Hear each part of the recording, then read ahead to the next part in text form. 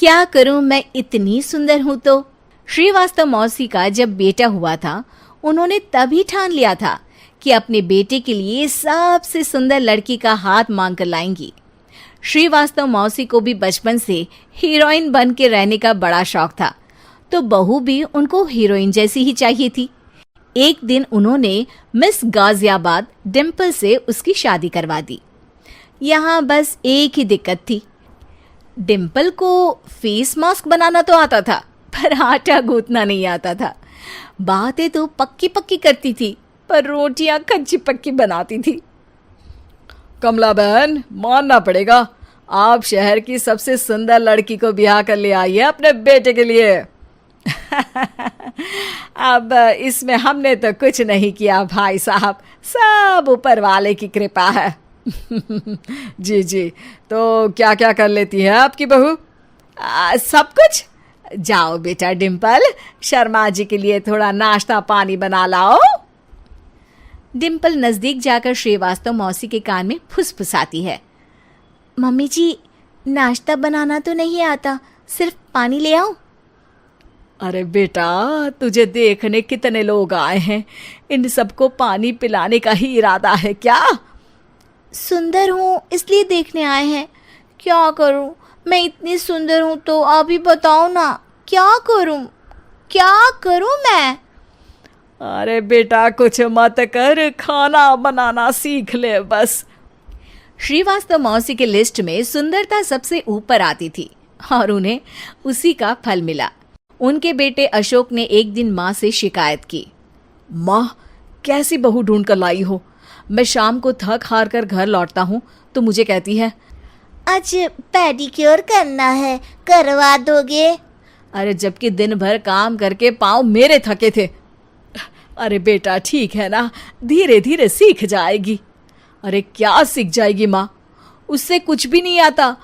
हफ्ते भर का शेड्यूल बना लिया है उसने, पेडिक्योर, हेड मसाज, मुल्तानी मिट्टी का ये वो, अरे पता नहीं क्या क्या। अरे मुझे तो नाम भी नहीं आते। देख बेटा, खाना बनाना, सब्जी काटना, ये सब सीखा जा सकता है, पर सुंदरता नहीं सीखी जा सकती। इतनी सुंदर बहू मिली है, फिर भी तू खुश नहीं है, कैसा बेटा है तू? श्रीवास्तव मौसी का मानना था कि समय रहते बहू सब सीख जाएगी, पर मिस गाजियाबाद से शादी कराने के बाद घर का जो नाम हुआ है वो जरूरी है। अरे सबकी बहू खाना बना लेती है, हमारे घर में तो काम वाली दीदी भी है, पर हमारे घर में जितनी सुंदर बहू है ना, उतनी किसी के घर में नहीं। ऐसा श्रीवास्तव मौसी सबको कहती रहती। फिर एक दिन वो हो गया जो नहीं होना चाहिए था, डिम्पल को पिंपल हो गया। डिम्पल घर में छुपी बैठी थी, पर ऐसी खबर छिपती कहाँ है। शर्मा जी घर में अपने बेटी की शादी का न्योता देने आए तो उन्होंने पूछ लिया, अरे आज आपकी बहू नहीं दिख रही? हाँ, वो ना थोड़ा काम में बिजी है, आती ही होगी। और इतने में डिम्पल सही में किसी काम से वहां आ जाती है। बस शर्मा जी की नजर पड़ जाती है डिम्पल के पिंपल पर, जो उन्हें चांद पे दाग जैसा लगता है। पूरे शहर में बात फैल जाती है कि डिम्पल को पिंपल हो गया है। ये दिक्कत काफी गंभीर थी और श्रीवास्तव मौसी को पता था कि अगर ऐसा चलता रहा तो उन्होंने जो हासिल किया था सब मिट्टी में मिल जाएगा। उन्होंने फट से डिम्पल को अपने कमरे में बुलाया। अरे बेटा, शर्मा जी के बेटे की शादी 1 हफ्ते में ही है, हमें उससे पहले ही तुझे वापस सुंदर बनाना पड़ेगा। तू बता, तुझे मेकअप के लिए क्या क्या चाहिए?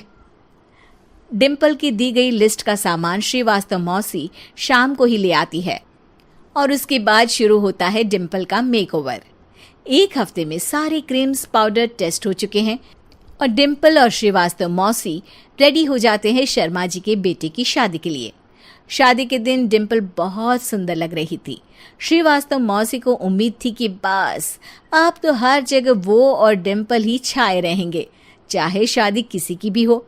पर जब वो शादी में पहुंचते हैं तो उन्हें बाहर शर्मा जी लोगों का स्वागत करते मिलते हैं। अरे कमला जी, सही समय पर आई हैं, आप ही का इंतजार था। हमने भी हमारे बेटे के लिए मिस अहमदाबाद ढूंढी है। डिम्पल और श्रीवास्तव मौसी दोनों के मुंह खुले के खुले रह जाते हैं शर्मा जी की बहू को देखकर। वो तो डिम्पल से भी ज्यादा सुंदर थी। क्यों, हमने भी अच्छी बहू ढूंढी है ना? हाँ हाँ शर्मा जी, बाकी आजकल के ज़माने में सुंदरता से क्या होता है भाई। देखो, बूढ़े तो सब होते हैं। मैं तो मानती हूँ कि बस रोटियां गोल बना दे, इससे ज्यादा क्या चाहिए। सुंदरता का क्या है, ढल जाती है, पर गुण वो हमेशा रहते हैं। अरे बाबा, इतना बड़ा ज्ञान आपको कोई गुरु भी नहीं देता जितना बड़ा ज्ञान आपको एक छोटे से पिंपल से मिल गया। अगले दिन जब अशोक डिम्पल से बात कर रहा होता है, कल शादी में मिस अहमदाबाद के बाद सब मिस गाजियाबाद यानी तुमको ही देख रहे थे। क्या करूं, मैं इतनी सुंदर हूं तो आप ही बताओ क्या करूं। क्या करूं मैं तो कहती हूँ कि घर का कोई काम कर या फिर बाहर अपने लिए कोई काम ढूंढ ले। है? क्या कहा माँ जी? हाँ जी, सुंदरता का क्या है। कल तूने मिस अहमदाबाद से मात खाई, आगे कोई मिस हैदराबाद आ जाएगी या मिस फैजादाबाद आ जाएगी, इसलिए काम पर ध्यान दो। हाँ।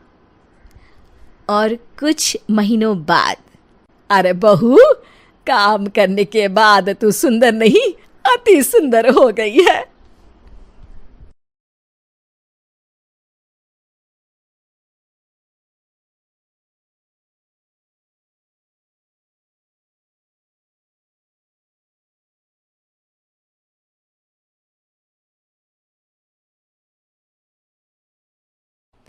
केबीसी में करोड़पति पति। सूरज के जीवन का एक ही फंडा था कि मेहनत तो गधा भी करता है, घर बैठे जो कमाए समझदार वही होता है। इसीलिए उसने कभी नौकरी ही नहीं ढूंढी। इस बात से हालांकि उसकी पत्नी शिखा बिल्कुल भी अग्री नहीं करती थी, पर फिर भी सूरज को समझाना बेकार था। टीवी में कैसे बनोगे करोड़पति का ऐड देखकर उसे लगा कि बस अब तो घर बैठे ही वो करोड़पति बन सकता है, और उसके पीछे उसने अपने सारे सोर्सेस एक्टिव कर दिए। 2 हफ्ते में उसके कलीग के साले के पड़ोसी के बेटे का सोर्स निकलता है जो कि उसे शो में पहुंचा सकता है, और सूरज उससे मिलने चला जाता है। अच्छा, तो हमें मुकेश जी बता रहे थे कि आप हमें शो में पहुंचा सकते हैं। हाँ, उसमें कोई तकलीफ नहीं है। मैं कल अगर कोशिश करूँ तो इसी महीने में आपका नंबर आ जाएगा। अरे ये तो बहुत बढ़िया हो गया। अच्छा, वो सिलेबस और क्वेश्चन पेपर का कोई जुगाड़ है क्या? उसका तो कोई जुगाड़ नहीं है। तो वो वाकई में कुछ भी पूछ सकते हैं? हाँ, वो तो बच्चन जी पर है, जो पढ़ते हैं वो पूछ लेते हैं। पहली कोशिश फेल होने पर अब सूरज के सामने एक बहुत बड़ा सवाल था कि आखिर जवाब कहाँ से लाए। तब शिखा ने एक सजेशन दिया, क्यों ना सूरज अपने चचेरे भाई सुमित से मदद मांगे, जो कि यूपीएससी की तैयारी कर रहा था। हालांकि इतनी मेहनत करना सूरज को समझ में नहीं आता था, पर कोई और रास्ता ना मिलने पर वो आखिर सुमित से बात करता है। अरे सुमित, हमारा कैसे बनोगे करोड़पति के लिए सिलेक्शन होने वाला है, तुम हमें थोड़े चिट बनाने में मदद करोगे क्या? अरे भैया, चिट बनाए तो सालों हो गए, उसमें हमारा एक्सपर्टीज नहीं है, बल्कि आप बोलो तो हम आपकी पढ़ने में ज़रूर मदद कर सकते हैं। हट, कैसी अनाप शराब बातें कर रहा है तू। सूरज ने सुमित को मना तो कर दिया था, पर तैयारी करने के सिवाय कोई चारा उसे दिख भी नहीं रहा था, खासकर जब 12 के पेपर लीक करने के एक्सपर्ट शुक्ला जो भी हाथ जोड़ लेते हैं। आखिर सूरज को सुमित के पास जाना ही पड़ा, और उसने सुमित और शिखा से वादा किया कि वो बहुत मेहनत करेगा। 1 महीने की तैयारी के बाद फाइनल हुआ कि शो से 1 हफ्ते पहले एक ट्रायल खेला जाएगा, जहां पर सारे रिश्तेदार ऑडियंस की जगह पर होंगे और शिखा सवाल पूछेगी। दूर दराज से भी रिश्तेदार आकर हाजिर हो गए देखने कि आखिर कैसे बनेगा सुमित करोड़पति। सब कुछ सेट था और इतने में सूरज आकर अपना स्पीच देता है। ये 1 महीना मेरे लिए आसान नहीं था, पर अपने भाई सुमित और अपनी पत्नी शिखा की मदद से मैं इतनी दूर पहुंच पाया हूं। मेरे मम्मी पापा के आशीर्वाद ने भी बहुत साथ दिया है मेरा। मैं उम्मीद करता हूं कि आज के शो में आप लोगों को बहुत मज़ा आएगा। साक्षी पहला सवाल पूछती है और पूरे कमरे में सन्नाटा छा जाता है। इंडिया में कितने स्टेट्स हैं? 3, सॉलिड, लिक्विड और गैस। अरे रुकिए तो, ऑप्शंस तो देने दीजिए। इतने में 5वीं कक्षा का चिंटू बोल उठता है। अरे क्या मामा, आप तो पहले सवाल पर ही आउट हो गए। अरे बेटा, पहला सवाल तो ट्रायल होता है ना। अरे तुम अब देखना। देखने जैसी बात तो थी ही। सूरज को इतना शांत किसी ने नहीं देखा था। कभी कभी तो लगता था मानो सूरज आंख खोलकर ही सो गया हो। मामा जल्दी करो प्लीज, कल सुबह पनवेल भी तो निकलना है। अरे हट, कंसंट्रेट करने दे मुझे। 3 सवाल में 3 लाइफलाइन खत्म हो चुकी थी और अब चौथे सवाल पर भी सूरज का मौन नहीं टूटा। पर सूरज अभी भी हार मानने को तैयार नहीं था। उधर हर कोई सूरज को छोड़ सुमित को देख रहे थे। आखिर सुमित ने ही तो पढ़ाया था सूरज को। गजब बेइज्जती है यार। अरे बेटा, तो बाप का, दादा का, भाई का, सबका नाम बुड़वाएगा। अरे 3 लाइफलाइन ले ली तो भी तेरा कुछ नहीं होना है। अरे कोई इतनी बात करता है क्या शो पर? अरे बेटा, शो पर तेरे जैसे भी तो नहीं आते ना। सूरज की ये जंग आखिर 1 घंटे बाद 5वें सवाल पर खत्म हो गई, जब उसने इंडिया के नेशनल बर्ड का नाम कहा, कौवा। अरे बेटा, मजा तो बहुत आया, बस थोड़ा टाइम पर खत्म होता तो आनंद भी आ जाता। ताने बारिश के बूंदों की तरह बरस रहे थे और सूरज को भी समझ आ रहा था कि ये करोड़पति बनना शायद उसके बस के बाहर की बात है। पर वो आखिर ये बात मान कैसे लेता? वो सख्त लौंडा जो ठहरा, उसने सोचा कि बेइज्जती तो हो ही चुकी है, पर अगर मैं हार नहीं मानूं तो शायद कुछ हो सकता है। शिखा तुम देखना, असली शो में आग लगा दूंगा, आग। करोड़पति बनूंगा मैं। हाँ, सब्जियां खत्म हो गई है घर पे, ले आओ। पहले पति बन जाओ, फिर करोड़पति बनना। अरे गजब बेइज्जती है यार। बेटा, अभी तो घर पर ही हुई है, 1 हफ्ते में तो तुम देश के सामने करवा कर आओगे। वैसे जब टीवी पर जाओ ना, तो बस अपने मम्मी का ही नाम लेना, ठीक है? कोई पूछे तो बोलना कि पापा नहीं है मेरे। अरे पढ़ाई की, पेपर निकलवाए, इतने सारे लोगों को खाना खिलवाया, क्या फ़र्क पड़ा? इसीलिए मैं कहता हूँ कि मेहनत तो गधा भी करता है, घर बैठे जो कमाए वही सिकंदर। लेकिन मामा, गधे भी जानते हैं कि हमारा राष्ट्रीय पक्षी मोर है।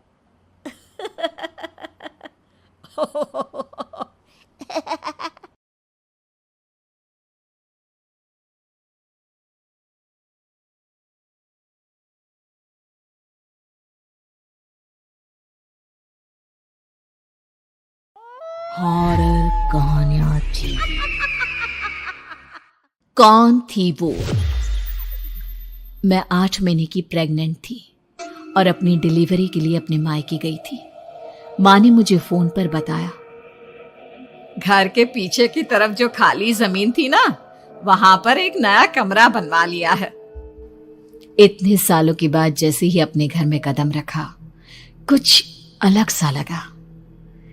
माँ, ये घर के पीछे की तरफ नया कमरा बनवाने की क्या जरूरत थी? अरे बेटा, घर के पीछे दूर दूर तक खाली जमीन है। तेरे पापा को कई दिनों से लग रहा था कि यहाँ पर एक कमरा बनवा लेंगे तो ताजा हवा मिल जाया करेगी। अब तो ये सब छोड़ और चल जल्दी से दूध पी ले। माँ, मैं थोड़ी देर में पी लूंगी, आप सो जाओ। मैंने दूध का गिलास उठाकर उस खिड़की में रख दिया। पता नहीं कब आंख लग गई।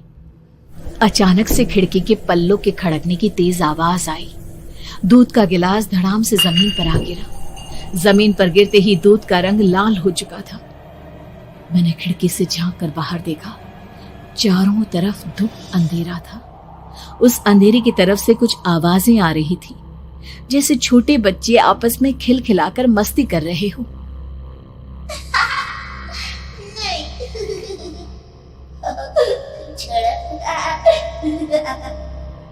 इतनी रात को इतने घनघोर अंधेरे में बच्चों की आवाज कैसे आ रही है? घड़ी में वक्त देखा तो ठीक 12 बजे थे। देखकर मैं सन्न रह गई। बुरी आत्माओं और भूतों की कई कहानियां मैं सुन चुकी थी। वक्त भी कुछ ऐसा ही था। ऊपर से मैं प्रेग्नेंट। सुना था कि ऐसे वक्त में अक्सर बुरी आत्माएं औरतों का पीछा करती है, तो क्या मेरे पीछे भी? पसीने से तरबतर बड़ी मुश्किल से, जैसे कांपते हाथों से मैंने उस खिड़की को बंद किया।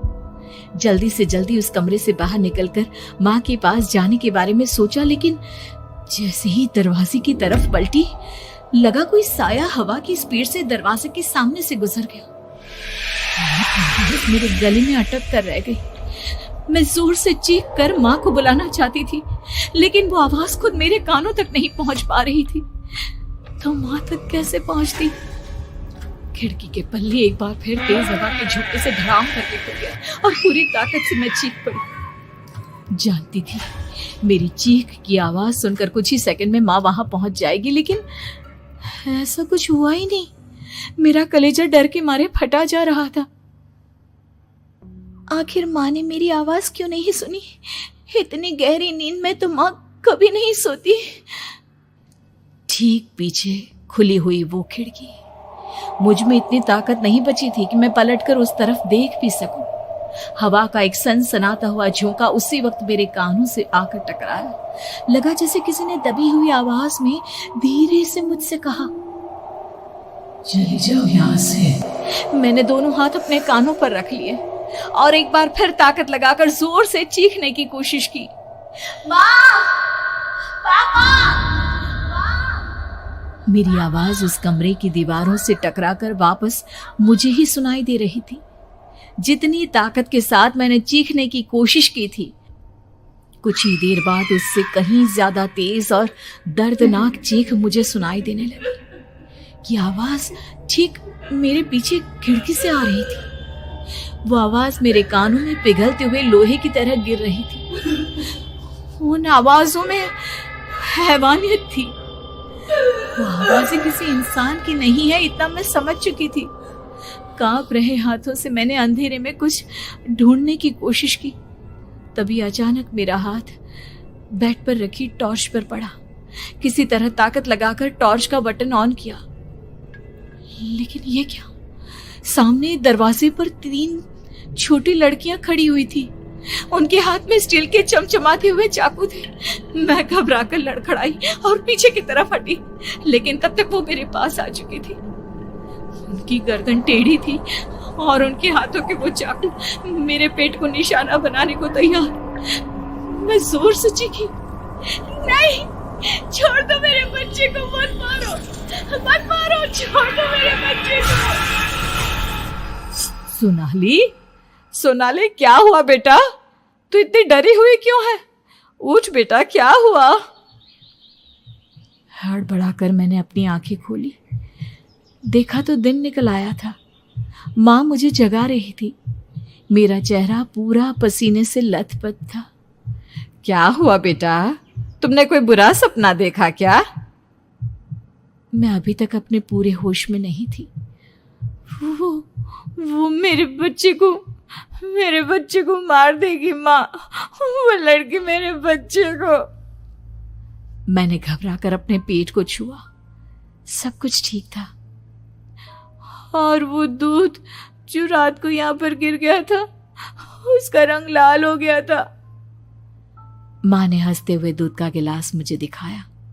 तुमने दूध पिया ही नहीं, पूरा का पूरा ऐसे ही रखा हुआ है। तुमसे कहा था ना सोनाली, सेहत के लिए लापरवाही ठीक नहीं बेटा। लेकिन मैंने तो सब कुछ अपनी खुली आंखों से देखा था। ये सपना कैसे हो सकता है?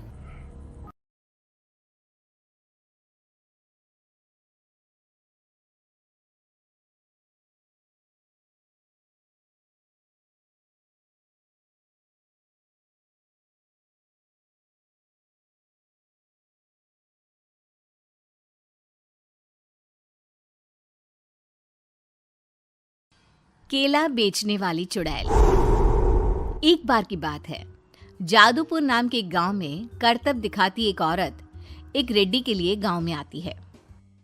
आइए आइए मेहरबान कदरदान, खाइए रोहड़ा के ताजे ताजे केले, कभी खाए नहीं होंगे ऐसे केले, पीले पीले केले खाइए। ये कहकर रोहड़ा हाथों में 4 केले लिए उन्हें सर्कल में जोर जोर से हवा में उछालती हुई करतब दिखाती है, जिसे देखकर आसपास के सारे बच्चे अपने अपने मम्मी पापा से उस औरत के पास जाने की जिद करने लग जाते हैं। पापा ऐसा तो सर्कस में बॉल से होता है ना, ये आंटी तो केले से कर रही है, चलिए ना पापा देखते हैं। रोहड़ा एक पतली सी तार पर चलती हुई केलों से करतब दिखाती है। आते जाते सभी लोग बाहर रुककर उसके करतब देखते हैं और वाह वाही करते नहीं थकते। जैसे ही एक आदमी पास आकर उसे पैसे देने लग जाता है, तब वो कहती है, अरे नहीं नहीं साहब, मैं करतब तो बच्चों के मन को बहलाने के लिए करती हूँ, धंधा तो मेरा केले का है। पीछे देखो मेरी रिड्डी, जो भी मेरे केले खाएगा मेरी तरह चुस्त दुरुस्त और तंदुरुस्त हो जाएगा। पता चलता है क्या कि मेरी उम्र 55 की है। अरे पर ऐसे ठंड के मौसम में कोई केला क्यों खाएगा? ये ऐसे वैसे केले नहीं है साहब, ये शरीर में गर्मी देते हैं, ठंड को दूर भगाए जो भी रोहिणा के केले खाए। पापा अगर मुझे केले नहीं मिले तो मैं घर नहीं जाऊंगी। तभी उसके पापा कहते हैं कि बेटा, केले ठंड में कभी गर्मी नहीं देते, ये सब कहने की बातें हैं, सामान बेचने का तरीका है इनका। पर पिंकी नहीं मानती। मैं केले खाऊंगी। पिंकी की जिद के आगे नत्थू हार जाता है और उसे केले खरीद कर दे देता है। पिंकी खुश होकर केले घर ले आकर खाती है। अब मैं भी करतब करूंगी, कितना मजा आएगा, जादुई केले। पिंकी पहला केला खत्म भी नहीं करती कि वो बेहोश हो जाती है।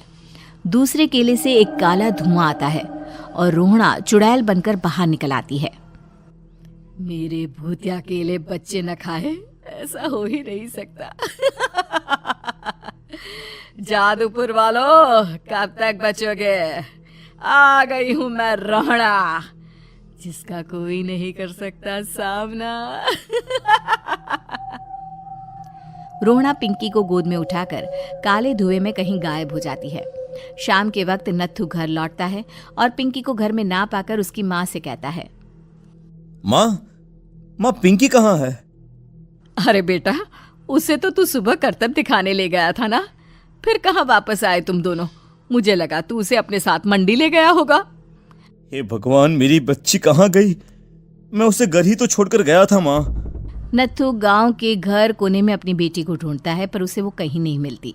परेशान होकर आके रो रो कर नत्थू हिम्मत हार कर घर लौट आता है। अगली सुबह रोहड़ा फिर से करतब दिखाने आती है और इस बार पिंकी की तरह रोनी केले खरीद लेता है। 50 रुपए दिए थे पापा ने, सारे पैसों के मैंने केले खरीद लिए हैं। अब मैं भी आंटी की तरह ही करतबबाज बन जाऊंगा। यही सोचते हुए रोनी केले खाता है और पहला अकेला केला आधा खत्म भी नहीं करता कि चुड़ैल उसके सामने आ जाती है। मेरे साथ चलने का समय आ गया है रोनी। ये तो बस शुरुआत है, अब इस गांव के सारे बच्चे धीरे धीरे मेरे कब्जे में होंगे, एक बच्चा भी नहीं बचेगा। ये कहकर रोना रोनी को गोद में लेकर काले धुएं में अदृश्य हो जाती है। इसके बाद हर रोज गांव में से कोई ना कोई बच्चा गायब होता, पर ऐसा क्यों हो रहा है किसी को भी समझ में नहीं आ पा रहा था। रोज की तरह अपनी बेटी पिंकी की तलाश में नत्थू गांव के एक तालाब के पास बैठा रो रहा था। कहाँ गई मेरी पिंकी? शकुंतला के जाने के बाद एक वही तो मेरा सहारा थी। अरे उसकी आत्मा कोस रही होगी मुझे कि मैं अपनी बच्ची को संभाल भी नहीं पाया।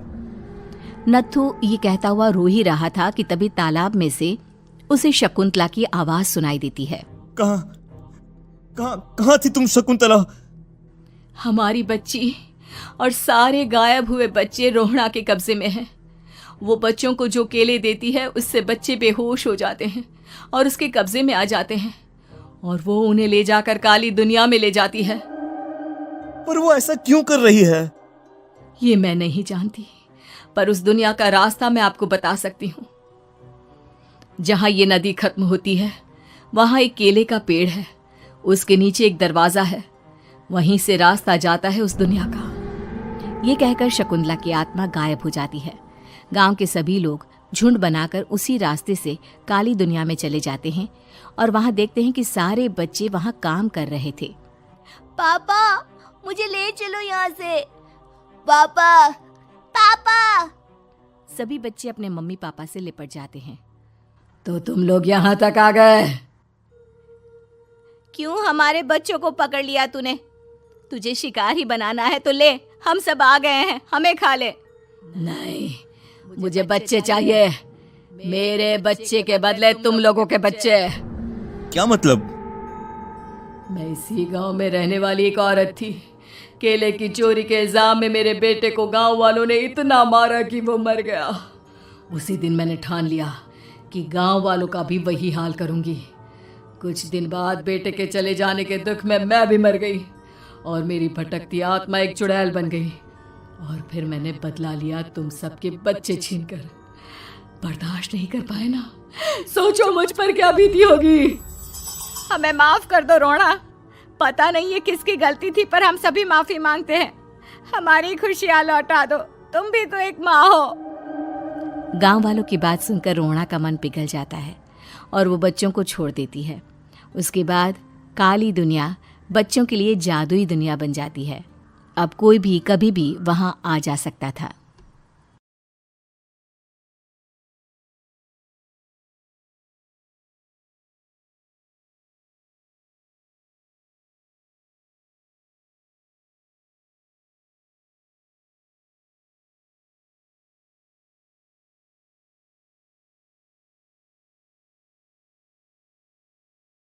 कॉन्ट्रैक्ट वाली बहू।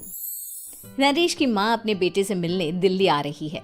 इस बात का पता चलते ही नरेश के दिल में हलचल मच जाती है। नरेश अपनी माँ के स्वागत की तैयारी में लग जाता है। साथ ही उसे डर भी सताने लगता है कि उसकी माँ कहीं अपनी पुरानी जिद पर फिर से बैठ ना जाए। हे भगवान, इस बार बचा लो। अगले साल पक्का माँ की जिद पूरी कर दूंगा। तभी दरवाजे की घंटी बजती है। नरेश दरवाजा खोलता है तो सामने अपने मकान मालिक को देखकर हैरान हो जाता है, क्योंकि उनके साथ एक सुंदर सी लड़की भी थी। अब नमस्ते अंकल, कुछ काम था, मुझे बुला लेते। आपने क्यों कष्ट किया? अरे नहीं नहीं, इसमें कष्ट कैसा। मैं तो बस तुम्हें रीना से मिलवाने आया था। आज से रीना तुम्हारे साथ इसी फ्लैट में रहेगी। अंकल, कोई लड़का फ्लैटमेट नहीं है? एक अनजान लड़की के साथ रहना मेरे लिए थोड़ा अजीब होगा। देखो नरेश, मैं तुम्हें पहले भी बता चुका हूँ कि इस फ्लैट में तुम्हें किसी ना किसी के साथ एडजस्ट करना ही होगा, या फिर तुम अकेले पूरे फ्लैट का किराया दे दो, मैं किसी को नहीं रखूंगा। नरेश अपने मकान मालिक की बात सुन के रीना के साथ रहने के लिए तैयार हो जाता है, पर अंदर ही अंदर उसे ये बात खाने लगती है कि वो अपनी माँ को क्या जवाब देगा जब उसकी माँ रीना के बारे में उसे पूछेगी। दिन बीतने लगते हैं। नरेश और रीना अच्छे दोस्त भी बन जाते हैं, पर अभी भी नरेश अपनी प्रॉब्लम का सॉल्यूशन नहीं ढूंढ पाता। एक दिन नरेश बहुत परेशान सा बैठा होता है। तभी रीना उसे पूछती है, क्या हुआ नरेश, तुम काफी परेशान लग रहे हो, सब ठीक तो है ना? हाँ सब ठीक है, बस एक छोटी सी प्रॉब्लम है। वो एक्चुअली 2 दिन बाद मेरी माँ मुझसे मिलने आ रही है। अरे तो इसमें प्रॉब्लम क्या है, ये तो खुशी की बात है। हाँ रीना, बट मेरी माँ एक जिद लेकर बैठ गई है कि मैं शादी कर लूँ, पर मैं अभी इस चीज़ के लिए तैयार नहीं हूँ। ऊपर से जब वो तुम्हें देखेगी तो 100 सवाल करेगी, क्या जवाब दूंगा? अरे इसमें कोई टेंशन वाली बात नहीं है। मेरे पास ना इस प्रॉब्लम का सलूशन है, जिससे ना तुम्हें शादी करनी पड़ेगी और ना ही तुम्हारी माँ मेरे बारे में कुछ पूछेंगी। रीना की बात सुनकर नरेश सोच में डूब जाता है। वो सोचता है कि रीना खुले ख्यालों वाली लड़की है, कहीं माँ को सच बता ना दे। नरेश को सोच में डूबा देखकर रीना कहती है, अरे क्या हुआ, किस सोच में पड़ गए? डोंट वरी, जैसा तुम सोच रहे हो ना वैसे कुछ भी नहीं है। मेरे पास एक प्लान है। मैं कुछ समझ नहीं पा रहा हूँ, कैसा प्लान? मैं समझाती हूँ। हम ना एक कॉन्ट्रैक्ट मैरिज कर लेते हैं। फिलहाल मेरे पास जॉब नहीं है, तो तुम इस रूम का किराया दे देना जब तक तुम्हारी माँ यहाँ रहेंगी, सिर्फ तब तक। और तुम अपनी माँ से कह देना कि मैं तुम्हारी पत्नी हूँ। इससे वो मेरे यहाँ रहने पर कोई सवाल भी नहीं करेंगी। अरे बात तुम्हारी ठीक है, पर माँ से झूठ बोलना, ना ना बाबा, मैं ये रिस्क नहीं ले सकता। कोई और आइडिया दो ना तुम। देखो मंजूर हो तो बोलो, वरना सच बता दो, मुझे कोई प्रॉब्लम नहीं है। रीना की बात सुनकर नरेश सोच में डूब जाता है। बहुत सोचने के बाद जब उसे कोई रास्ता नहीं मिलता तो वो रीना के बताए हुए रास्ते पर चलने के लिए तैयार हो जाता है। वो रीना से बात करता है और अपनी माँ की पसंद और नापसंद के बारे में बताता है। रीना भी नरेश की सभी बातों को ध्यान से सुनती है ताकि कहीं उससे कोई गलती ना हो जाए। आखिर वो दिन भी आ जाता है जब नरेश की माँ उससे मिलने दिल्ली आ जाती है। नरेश अपनी माँ को फ्लैट पर लेकर जाता है। जैसे ही नरेश की माँ फ्लैट के अंदर जाती है, रीना उसके पैर छू लेती है। ये देखकर नरेश की माँ थोड़ी घबरा जाती है और नरेश से पूछती है, अरे बेटा नरेश, ये कौन है? माँ ये आपकी बहू रीना है। माफ़ी चाहता हूँ, सब कुछ इतनी जल्दी में हुआ कि आपको बता ही नहीं पाया, इसलिए सोचा कि क्यों ना आपको सरप्राइज दिया जाए। अरे बेटा, मैं तो बस तेरा घर बसा हुआ देखना चाहती थी। हाँ, बहुत अरमान थे अपनी इकलौते बेटी की शादी को लेकर, लेकिन कोई बात नहीं, शायद किस्मत को यही मंजूर होगा। ये कहते ही नरेश की माँ रीना को गले लगा लेती है। रीना बेटिया, मेरा बेटा ना थोड़ा नादान है, पर तुम काफ़ी समझदार लगती हो और मैं जानती हूँ कि तुम इसका बहुत अच्छे से ध्यान रखोगी। माँ आप चिंता मत कीजिए, मैं सब संभाल लूंगी। नरेश की माँ अपने बहू और बेटे के साथ खुशी खुशी रहने लगती है। दिन बीतने लगते हैं। नरेश की माँ और रीना का रिश्ता बहुत मजबूत होता चला जाता है। वो दोनों सारा दिन एक साथ रहती और खूब बातें करती। इधर साथ रहते रहते नरेश और रीना भी एक दूसरे से प्यार करने लगते हैं। दोनों को इस बात का एहसास हो जाता है, फिर भी वो इस बात को छुपा कर ही रखते हैं। एक दिन नरेश की माँ और रीना शादी के बारे में बात करने लगते हैं। रीना बिटिया, ये तो नरेश ने मुझे बिना बताए शादी कर ली, वरना मैं तो अपनी इकलौती बेटी की शादी इतनी धूमधाम से करती कि सारी दुनिया देखती रह जाती। अच्छा माँ, आप ऐसा भी क्या करती नरेश और मेरी शादी में जो दुनिया देखती रह जाती? अरे बिटिया, एक माँ के अरमान तुम अभी नहीं समझोगी। मैं तो अपनी बहू को एक रानी की तरह लेकर आती और शादी भी बिल्कुल शाही अंदाज में करती, पर मेरे तो सारे अरमान ऐसे ही रह गए। खैर, मुझे तो अपने बेटे और बहू की खुशी चाहिए बस। ये कहते हुए नरेश की माँ की आंखों में आंसू आ जाते हैं। रीना भी ये सुनकर ख्यालों में खो जाती है, क्योंकि वो भी मन ही मन खुद को नरेश की पत्नी और उसकी माँ की बहू मानने लगी थी। शाम को जब नरेश ऑफिस से घर आता है तो रीना खुद को रोक नहीं पाती और नरेश के सामने उसकी माँ को अपने और नरेश के रिश्ते का सारा सच बता देती है। रीना की बात सुनकर नरेश की माँ दोनों से बहुत नाराज हो जाती है और घर वापस जाने की बात करने लगती है। तुम दोनों ने मुझसे सच छुपाकर बहुत ठेस पहुंचाई है मुझे। अब तुम लोगों के साथ नहीं रहना चाहती मैं, कल ही वापस चली जाऊंगी अपने घर। माँ मुझे माफ कर दो, ये सब मैंने रीना के कहने पर ही किया है, वरना मैं भी आपको कभी ठेस पहुंचाने के बारे में सोच भी नहीं सकता। हाँ माँ, हमने ये सिर्फ आपका दिल रखने के लिए किया, प्लीज हम दोनों को माफ कर दीजिए। तुम दोनों ने मेरे अरमानों के साथ खिलवाड़ किया है और वैसे भी मुझे अपने बेटे के लिए एक अच्छी लड़की ढूंढनी है, इसलिए मेरा यहाँ से जाना ही बेहतर होगा। माँ की ये बात सुनकर रीना खुद को रोक नहीं पाती। माँ, क्या मैं आपके घर की बहू बनने लायक नहीं हूँ? रीना की बात सुनकर नरेश हैरान रह जाता है। नरेश की माँ भी कुछ समझ नहीं पाती। मैं कुछ समझी नहीं, आखिर तुम कहना क्या चाहती हो? माँ, मैं वो नरेश से बहुत प्यार करती हूँ और साथ ही साथ मैं आपको भी अपनी माँ मान बैठी हूँ। आज जब आपकी बातें सुनी तो खुद को रोक नहीं पाई, इसलिए सारा सच आपको बता दिया। रीना की बात सुनकर नरेश की माँ की आंखों में आंसू आ जाते हैं और वो अपने बेटे नरेश और रीना को गले लगा लेती है। मेरे घर की बहू तो सिर्फ रीना बिटिया ही बनेगी। मैं आज ही तुम दोनों की शादी की तारीख निकलवा दूंगी, बस एक बार तुम्हारे घर वाले मान जाए। उसी दिन रीना के माता पिता भी उनके फ्लैट पर आ जाते हैं। दोनों परिवार आपस में बैठकर बातें करते हैं और शादी के लिए राजी हो जाते हैं। रीना भी कॉन्ट्रैक्ट फाड़ देती है और कहती है, सही मायने में मैं अब बहू बनूंगी, अब तक तो सिर्फ कॉन्ट्रैक्ट वाली बहू थी।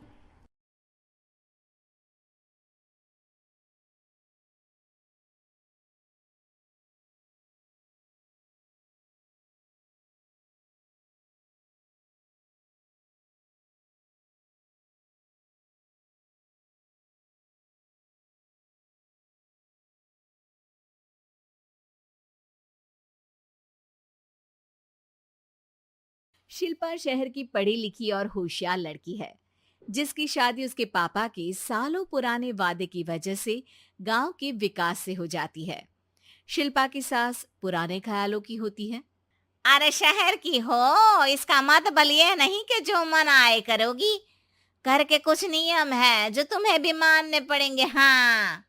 मम्मी, मुझे रीति रिवाज से कोई दिक्कत नहीं है, पर ऐसे नियम जिनका कोई मतलब ना बने, वो तो गलत है।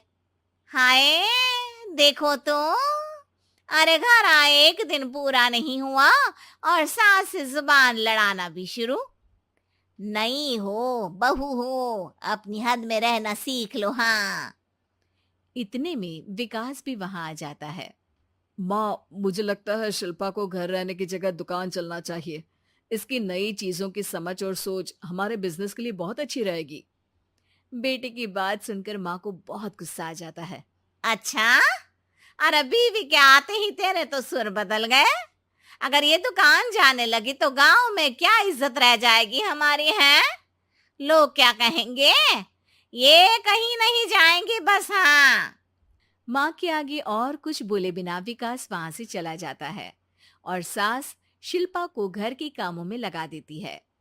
उसी रात विकास और शिल्पा साथ बैठकर बातें कर रहे होते हैं। मम्मी ऐसा क्यों सोचती हैं कि औरतें कुछ नहीं कर सकती और उन्हें लोगों की इतनी चिंता क्यों है? पापा की डेथ के बाद माँ ने दुकान संभालने की कोशिश की थी, पर लोगों ने उल्टी सीधी बातें सुनाकर उनका आत्मविश्वास इतना गिरा दिया कि वो कुछ कर ही नहीं पाई और सोचने लगी कि शायद औरतें ये सब कर ही नहीं सकती, इसलिए उनसे भी नहीं हुआ। लोगों की यही तो दिक्कत है, उन्हें अपने से ज्यादा दूसरे की जिंदगी में स्वाद आता है। वैसे लोग जिनसे डरते हैं ना, उन्हें ही तोड़ने की कोशिश करते हैं। आप फिक्र मत करो, मम्मी की सोच बदलने का तरीका है मेरे पास। और अगले ही दिन से शिल्पा अपनी सास की सोच बदलने और लोग क्या कहेंगे के डर को खत्म करने की जद्दोजहद में जुट जाती है। मम्मी, आपको पता है गीता, बबीता, अरे जिनके ऊपर दंगल फिल्म भी बनी है, मैं फिल्म बिल में नहीं देखती। हाँ। वो हरियाणा की लड़कियां हैं, दोनों रेसलर हैं। उन्होंने जब ये शुरू किया था ना, तो लोगों ने बहुत बातें बनाई, बुरा भला बोला, मजाक भी बनाया, लेकिन उन्होंने ना किसी की सुनी, ना अपने ऊपर से विश्वास खोया और ना ही हार मानी। और देखो आज किस मुकाम पर है। अरे तो ये सब मुझे क्यों सुना रही है? हाँ। नहीं नहीं, बस ऐसे ही, हमें अपने आसपास की खबरें तो रखनी चाहिए ना। ऐसा कहकर शिल्पा अपनी सास को सोच में डालकर वहां से चली जाती है। अब शिल्पा हर दिन दुनिया के अगेंस्ट अपनी हिम्मत से सक्सेसफुल बनने वाली लड़कियों की कहानी अपनी सास को सुनाने लगती है। इसी तरह कुछ समय बीत जाता है। और माँ, आजकल बहुत चुप चुप रहती हो, सब ठीक तो है ना? बस कुछ सोचती रहती हैं, इसीलिए ज्यादा बोल नहीं पाती। ऐसा क्यों हुआ माँ, कोई दिक्कत है क्या? अरे तेरी पत्नी ही दिक्कत है। है? मैंने क्या किया? अरे रोज मुझे कुछ समझाने के मकसद से एक नई कहानी सुनाती है, पर खुद नहीं जानती कि मुझे सब पहले से पता है। हाँ। तो फिर दिक्कत क्या है माँ? लोग क्या कहेंगे? अरे उनका तो काम ही है कुछ ना कुछ कहना। आप ये सोचो कि उन्हें नजरअंदाज करके हम साथ मिलकर किस ऊंचाई पर पहुंच सकते हैं। बेटे और बहू की बातों से सोच में पड़ी माँ वहां से चली जाती है। अगली सुबह सबसे पहले तैयार सास आवाज लगाकर बेटे और बहू को बुलाने लगती है। अरे कहाँ सोते पड़े हो दोनों? किसी को घर में कोई काम नहीं है क्या? हाँ। सास की आवाज सुन शिल्पा भागती हुई कमरे से बाहर निकल आती है, जिसके पीछे विकास भी बाहर आ जाता है। मम्मी, आप इतनी सुबह तैयार होकर कहाँ जा रही हैं? अरे किसी नई शुरुआत से पहले भगवान का आशीर्वाद बनता है या नहीं? मैं सीधा दुकान जाऊंगी, तुम काम निपटा कर आ जाना है।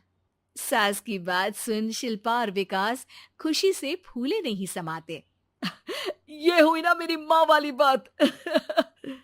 पूरा परिवार मिलकर दुकान पर काम करने लगता है, जिसमें विकास और उसकी माँ दुकान संभालते हैं, तो शिल्पा काम को ऑनलाइन डाल शहर और इंटरनेट का काम संभालने लगती है, जिसे देख गांव में लोगों के बीच गॉसिप शुरू होते देर नहीं लगती।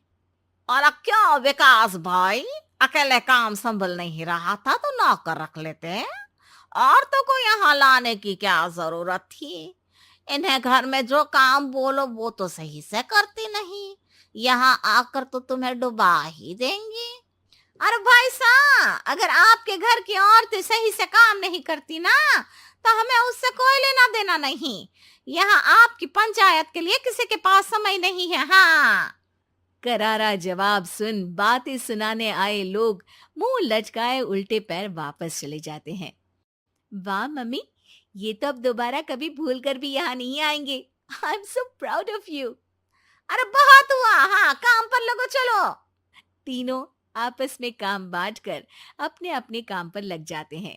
इसी तरह दिनों के साथ महीने बीतते हैं, जिसमें शिल्पा की पढ़ाई, विकास की मार्केट स्किल और सास की फाइनेंशियल मैनेजमेंट से उनकी दुकान बहुत अच्छा बड़ा बिजनेस बन जाता है, जो गांव के साथ साथ शहर में भी अच्छा खासा मशहूर हो जाता है। अरे सच ही कहते थे तुम दोनों, लोगों का तो काम ही होता है कहना। अब हमें सुनना है या नजरअंदाज करना है वो तो हमारे ऊपर है। हाँ, आपकी शुरुआत में गालियां और आसमान छूने पर तालियां, ऐसे लोगों का तो काम ही है पलटना। इनकी बातों से हमें कभी अपनी राह बदलनी नहीं चाहिए, बल्कि अगर बातें बन रही है तो समझ जाओ कि रास्ता सही है।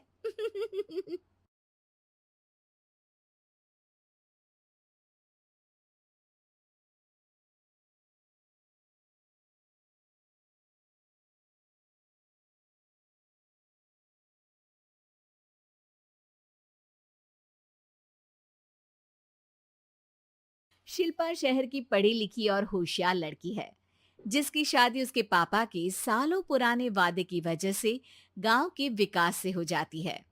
शिल्पा की सास पुराने ख्यालों की होती है। अरे शहर की हो, इसका मतलब ये नहीं कि जो मन आए करोगी। घर के कुछ नियम है जो तुम्हें भी मानने पड़ेंगे। हाँ मम्मी, मुझे रीति रिवाज से कोई दिक्कत नहीं है, पर ऐसे नियम जिनका कोई मतलब ना बने वो तो गलत है। हाय, देखो तो, अरे घर आए एक दिन पूरा नहीं हुआ और सास से जुबान लड़ाना भी शुरू।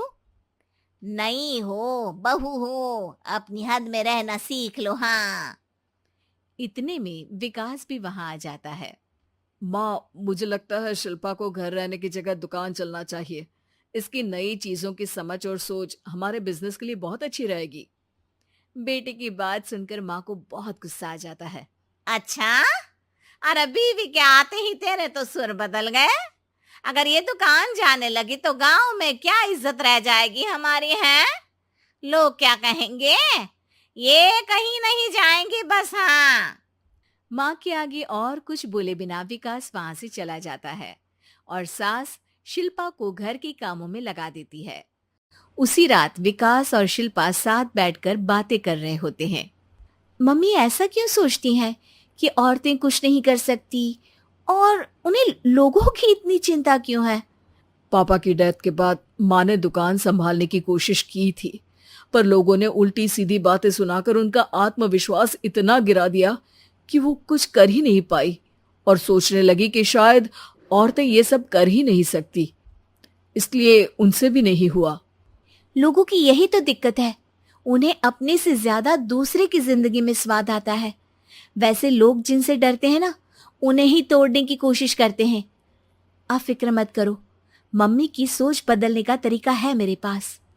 और अगले ही दिन से शिल्पा अपनी सास की सोच बदलने और लोग क्या कहेंगे के डर को खत्म करने की जद्दोजहद में जुट जाती है। मम्मी, आपको पता है गीता, बबीता, अरे जिनके ऊपर दंगल फिल्म भी बनी है। मैं फिल्म बिल में नहीं देखती। हाँ, वो हरियाणा की लड़कियां हैं, दोनों रेसलर हैं। उन्होंने जब ये शुरू किया था ना, तो लोगों ने बहुत बातें बनाई, बुरा भला बोला, मजाक भी बनाया, लेकिन उन्होंने ना किसी की सुनी, ना अपने ऊपर से विश्वास खोया और ना ही हार मानी। और देखो आज किस मुकाम पर है। अरे तो ये सब मुझे क्यों सुना रही है। हाँ, नहीं नहीं, बस ऐसे ही हमें अपने आसपास की खबरें तो रखनी चाहिए ना। ऐसा कहकर शिल्पा अपनी सास को सोच में डालकर वहां से चली जाती है। अब शिल्पा हर दिन दुनिया के अगेंस्ट अपनी हिम्मत से सक्सेसफुल बनने वाली लड़कियों की कहानी अपनी सास को सुनाने लगती है। इसी तरह कुछ समय बीत जाता है। और माँ, आजकल बहुत चुप चुप रहती हो, सब ठीक तो है ना? बस कुछ सोचती रहती हैं, इसीलिए ज्यादा बोल नहीं पाती। ऐसा क्यों हुआ माँ, कोई दिक्कत है क्या? अरे तेरी पत्नी ही दिक्कत है। है? मैंने क्या किया? अरे रोज मुझे कुछ समझाने के मकसद से एक नई कहानी सुनाती है, पर खुद नहीं जानती कि मुझे सब पहले से पता है। हाँ, तो फिर दिक्कत क्या है माँ? लोग क्या कहेंगे? अरे उनका तो काम ही है कुछ ना कुछ कहना। आप ये सोचो कि उन्हें नजरअंदाज करके हम साथ मिलकर किस ऊंचाई पर पहुंच सकते हैं। बेटे और बहू की बातों से सोच में पड़ी माँ वहां से चली जाती है। अगली सुबह सबसे पहले तैयार सास आवाज लगाकर बेटी और बहू को बुलाने लगती है। अरे कहाँ सोते पड़े हो दोनों? किसी को घर में कोई काम नहीं है क्या? हाँ, सास की आवाज सुन शिल्पा भागती हुई कमरे से बाहर निकल आती है, जिसके पीछे विकास भी बाहर आ जाता है। मम्मी, आप इतनी सुबह तैयार होकर कहाँ जा रही हैं? अरे किसी नई शुरुआत से पहले भगवान का आशीर्वाद बनता है या नहीं? मैं सीधा दुकान जाऊंगी, तुम काम निपटा कर आ जाना है। सास की बात सुन शिल्पा और विकास खुशी से फूले नहीं समाते। ये हुई ना मेरी माँ वाली बात।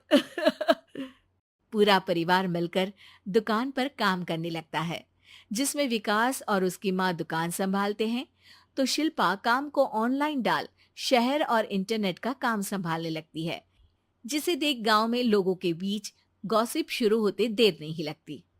और क्या विकास भाई, अकेले काम संभल नहीं रहा था तो नौकर रख लेते, और तो को यहाँ लाने की क्या जरूरत थी? इन्हें घर में जो काम बोलो वो तो सही से करती नहीं, यहाँ आकर तो तुम्हें डुबा ही देंगी। अरे भाई साहब, अगर आपके घर की औरतें सही से काम नहीं करती ना, तो हमें उससे कोई लेना देना नहीं।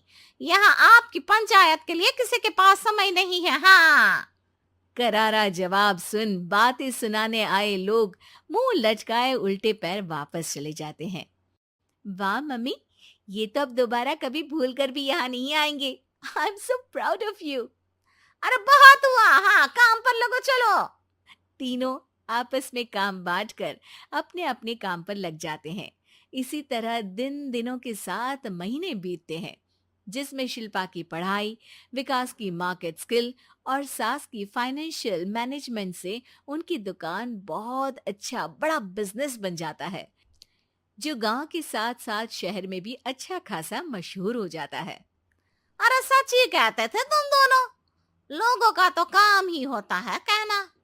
अब हमें सुनना है या नजरअंदाज करना है वो तो हमारे ऊपर है। हाँ, आपकी शुरुआत में गालियां और आसमान छूने पर तालियां, ऐसे लोगों का तो काम ही है पलटना।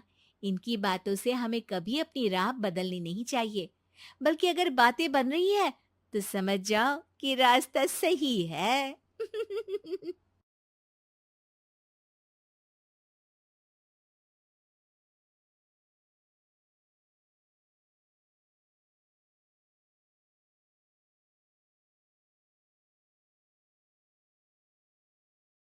किन्नर चुड़ैल। गोरखपुर नाम का एक गांव हुआ करता था। उस गांव में ज्यादा लोग नहीं रहते थे। उस गांव में एक गर्भवती विधवा औरत रहती थी। उस औरत का नाम कमला था। कमला अपने घर में अकेली रहती थी। उसके पति की सारी जायदाद उसके नाम हो गई थी, पर सभी गांव वाले उस औरत को मनहूस औरत समझा करते थे और सभी उससे नफरत किया करते थे। एक बार कमला राशन की दुकान पर खाने का सामान खरीदने जाती है।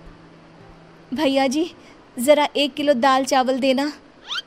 अरे हाय हाय हाय हाय हाय हाय, अरे मनहूस औरत, मेरी दुकान में अपशुगन करवाने आ गई क्या? हैं? चल जा यहाँ से, मैं कुछ नहीं देने वाला हूँ तुझे। भाग भाग यहाँ से, चल जा निकल। भैया जी ऐसा मत कहिए, मैं गर्भवती हूँ, मुझे खाने की बहुत जरूरत है, मुझे खाना दे दीजिए। दुकानदार कमला को वहां से धक्के मारकर भगा देता है। तभी कमला रोते रोते उस गांव के किन्नरों के इलाके में आ जाती है।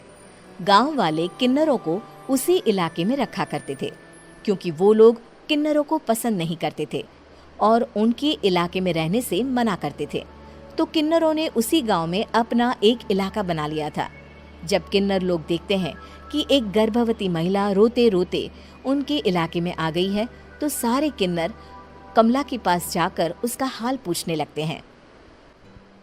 क्या हुआ बहन, तुम्हारी गर्भवती अवस्था में इतनी बुरी हालत कैसे? तुम रो क्यों रही हो? तुम डरो मत, हम तुम्हें कोई नुकसान नहीं पहुंचाएंगे। तुम शांत होकर सब बताओ कि हुआ क्या है। मैं कमला हूँ, मैं गांव के दूसरे इलाके से आई हूँ। 2 महीने पहले ही मेरे पति की मौत हुई है। मुझे गांव के लोग मनहूस मानते हैं, क्योंकि मैं विधवा हूँ और गर्भवती भी। वहाँ के लोग मुझे खाने के लिए कुछ बेचने के लिए भी तैयार नहीं, जिससे मेरा गुजारा नहीं हो रहा था। कोई बात नहीं कमला, हम तुम्हारा ख्याल रखेंगे। किन्नर लोग कमला को एक खाली घर में रहने के लिए जगह दे देते हैं और उसकी देखभाल भी करते हैं। कुछ ही महीने बाद कमला अपने बच्चे को जन्म देती है, पर अफसोस, कमला बच्चे को जन्म देते ही अपनी जान गंवा देती है। जब सब किन्नर बच्चे को देखते हैं तो बहुत खुश हो जाते हैं, क्योंकि वो बच्चा भी किन्नर ही था। कमला ने एक किन्नर बच्चे को जन्म दिया था। अब इस बच्चे की देखभाल कौन करेगा? हम तो इस बच्चे को गांव के दूसरे इलाके में भी नहीं भेज सकते। और तो क्या हुआ, इस बच्चे की माँ नहीं रही तो हम इसे पालेंगे। अब ये हमारे इलाके में रहेगा, हमारे साथ रहेगा। फिर वो किन्नर उस किन्नर बच्चे को गोद ले लेते हैं, उसका नामकरण कराते हैं। उस किन्नर बच्चे का नाम शक्ति रखा जाता है। देखते ही देखते शक्ति बड़ी होने लगती है। उसके रंग रूप बहुत सुंदर थे। वो बहुत सुंदर किन्नर दिखती है। एक दिन शक्ति एक किन्नर से पूछती है, माँ जी सुनिए ना, ये गांव के दूसरे इलाके में भी तो लोग रहते हैं, तो हम वहाँ क्यों नहीं जाते? हम उनसे अलग क्यों रहते हैं? शक्ति, क्योंकि वो लोग हमारे जैसे नहीं, वो लोग हमें पसंद नहीं करते, इसीलिए हम उनसे अलग रहते हैं। क्यों? वो हमें क्यों पसंद नहीं करते? मुझे एक बार उस इलाके में जाना है, मैं एक बार वहाँ जाकर घूम कर आऊँ। शक्ति, खबरदार, जो तू उस इलाके में कभी भी गई तो अपनी जान नहीं गंवाना चाहती तो उस इलाके में कभी कदम भी नहीं रखेगी, समझी? इतना कहकर वो किन्नर वहाँ से चली जाती है। शक्ति उस किन्नर की बात सुनकर बहुत रोती है। माँ जी ऐसा कैसे कह सकती हैं? उन्होंने इतनी सी बात के लिए मुझे इतना डांटा। अब तो मैं उस इलाके में ज़रूर जाऊंगी। फिर एक दिन शक्ति गांव के दूसरे इलाके में चुपके से जाती है। ये लोग तो हमारे जैसे ही इंसान हैं, तो ये हमसे नफरत क्यों करते हैं? जब शक्ति उस इलाके में पहुंचती है तो गांव के सारे आदमी उसके रूप से मोहित हो जाते हैं। वो लोग ये अंदाज़ा नहीं लगा पाते कि वो किन्नर है। शक्ति की सुंदरता देखकर सारे गांव वाले उसकी तारीफ करने लगते हैं। तभी गांव का चक्कर लगाने गांव के जमींदार का बेटा हर्ष वहां पहुंचता है। हर्ष भी दिखने में बहुत सुंदर होता है। जब हर्ष ने शक्ति को देखा तो वो भी उससे मोहित हो गया, और जब शक्ति की नज़र हर्ष पर पड़ी तो वो हर्ष को देखकर मोहित हो गई। आपको पहले कभी इस गांव में देखा नहीं। इस गांव में आप नए हैं क्या? जी नहीं, वो मैं बस। तभी शक्ति बोलते बोलते रुक जाती है और मन में सोचने लगती है, अगर मैंने इनको बता दिया कि मैं दूसरे इलाके से आई हूँ तो वो समझ जाएंगे कि मैं किन्नर हूँ, इसलिए मुझे इनसे झूठ ही बोलना पड़ेगा। शक्ति हर्ष को कहती है, जी हाँ, मैं इस गांव में नई आई हूँ, यहाँ अकेली रहती हूँ। वैसे आप कौन है? आप भी इसी गांव में रहते हैं? जी हाँ, मैं इस गांव के जमींदार का बेटा हूँ। आपको किसी भी चीज की जरूरत पड़े तो आप मुझे बता देना, मुझे अच्छा लगेगा। ऐसे ही शक्ति और हर्ष एक दूसरे से रोज मिलने लगते। वो दोनों अपने प्यार का इजहार करने एक दूसरे से मिलने जाते हैं। तभी शक्ति का पीछा करते करते एक किन्नर वहां आ जाती है। शक्ति, मैं तुमसे बहुत प्यार करता हूँ। मैं तुमसे शादी करना चाहता हूँ। क्या तुम मुझसे शादी करोगी? हाँ हर्ष, मैं तुमसे शादी करूंगी, पर मैं तुमको अपने बारे में एक सच्चाई बताना चाहती हूँ जो मैंने तुमसे छुपा कर रखी है। तभी उनके बीच में ही वो किन्नर आ जाती है। शक्ति, तेरी हिम्मत कैसे हुई ऐसा करने की? वो किन्नर शक्ति को खींचकर गांव के जमींदार के पास ले जाती है। हर्ष भी वहां शक्ति को बचाने के लिए पहुंच जाता है। जमींदार शक्ति और हर्ष के प्यार के बारे में सुनकर गुस्से में आ जाता है और शक्ति को गांव के बाहर निकालने की सजा देता है। शक्ति ये बात सहन नहीं कर पाती और कुएं में कूदकर अपनी जान दे देती है। जमींदार हर्ष की शादी गांव की एक लड़की से करवा देता है, पर हर्ष इस शादी से खुश नहीं होता। शक्ति अपना बदला लेने के लिए मरने के बाद किन्नर चुड़ैल बन जाती है। अब मैं इन गांव वालों को नहीं छोड़ूंगी, अब इनसे मैं अपने प्यार का बदला लूंगी। किन्नर चुड़ैल गांव वालों को परेशान करना शुरू कर देती है। एक बार वो रात को गांव के खेतों में पहुंच जाती है और वहां आग लगा देती है। सारी फसल जल के राख हो जाती है। जब एक आदमी रात को उठकर देखता है कि खेत में आग लग गई है तो वो वहां पहुंच जाता है। वो देखता है कि खेतों के बीचों बीच एक किन्नर चुड़ैल खड़ी है और वहां खड़े होकर ताली बजा रही है। गांव वाला किन्नर चुड़ैल को देखकर बेहोश हो जाता है। जब सुबह उस आदमी को होश आता है तो वो सीधा जमींदार के पास जाता है। अरे जमींदार साहब, अरे वो किन्नर चुड़ैल ने मेरी सारी फसल जला दी। अब मैं क्या करूंगा, क्या होगा मेरा? जमींदार चुड़ैल किन्नर का नाम सुनते ही सब कुछ समझ जाता है। अब वो बहुत डर जाता है। उसी रात को जब जमींदार डर के मारे अपने कमरे में सो नहीं पाता, तभी वहां अचानक से किन्नर चुड़ैल आ जाती है। किन्नर चुड़ैल जोर जोर से जमींदार के आगे खड़ी होकर हंसने लगती है और ताली बजाने लगती है। जमींदार उस डरावनी किन्नर चुड़ैल को देखकर बहुत डर जाता है। तूने मेरे साथ बहुत बुरा किया, अब मैं तुझे जान से मार दूंगी। नहीं नहीं नहीं नहीं नहीं, मुझे माफ कर दो मुझे मत मारो। मैं कभी ऐसा दोबारा नहीं करूंगा। अब तुम जो बोलोगी वही मैं करूंगा। ठीक है, मैं चाहती हूँ कि किन्नर इलाका गांव के इलाके से जुड़े और गांव का कोई भी आदमी किन्नर समाज से द्वेष ना करे, उससे नफरत ना करे, नहीं तो मैं सारे गांव को मार दूंगी। और तुम गांव में एक नया कानून बनाओ कि अगर किसी ने भी किन्नर समाज को हानि पहुंचाने की कोशिश भी करी या इनसे भेदभाव करने की भी कोशिश करी तो उनको कड़ी से कड़ी सजा मिलेगी। हाँ हाँ हाँ हाँ, मैं ऐसा ही करूंगा। तुम जो बोलोगी वो मैं करूंगा, पर मुझे जाने दो प्लीज। तब वो किन्नर चुड़ैल वहां से चली जाती है। गांव का जमींदार किन्नर चुड़ैल का कहा मानते हुए दोनों इलाकों को एक कर देता है और नया कानून भी लागू कर देता है। तब से वहां किन्नर समाज और बाकी गांव वाले शांतिपूर्वक रहने लगते हैं।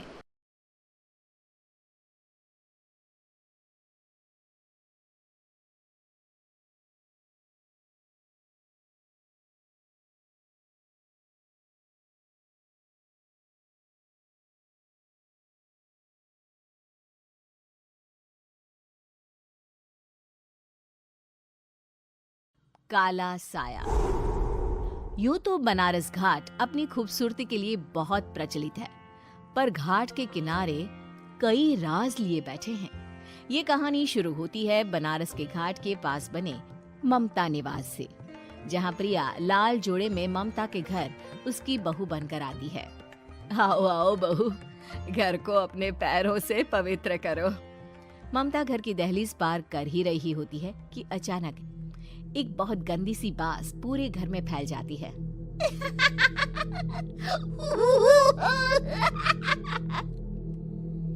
ये बदबू और ये आवाजें, ये कौन हंस रहा है माँ?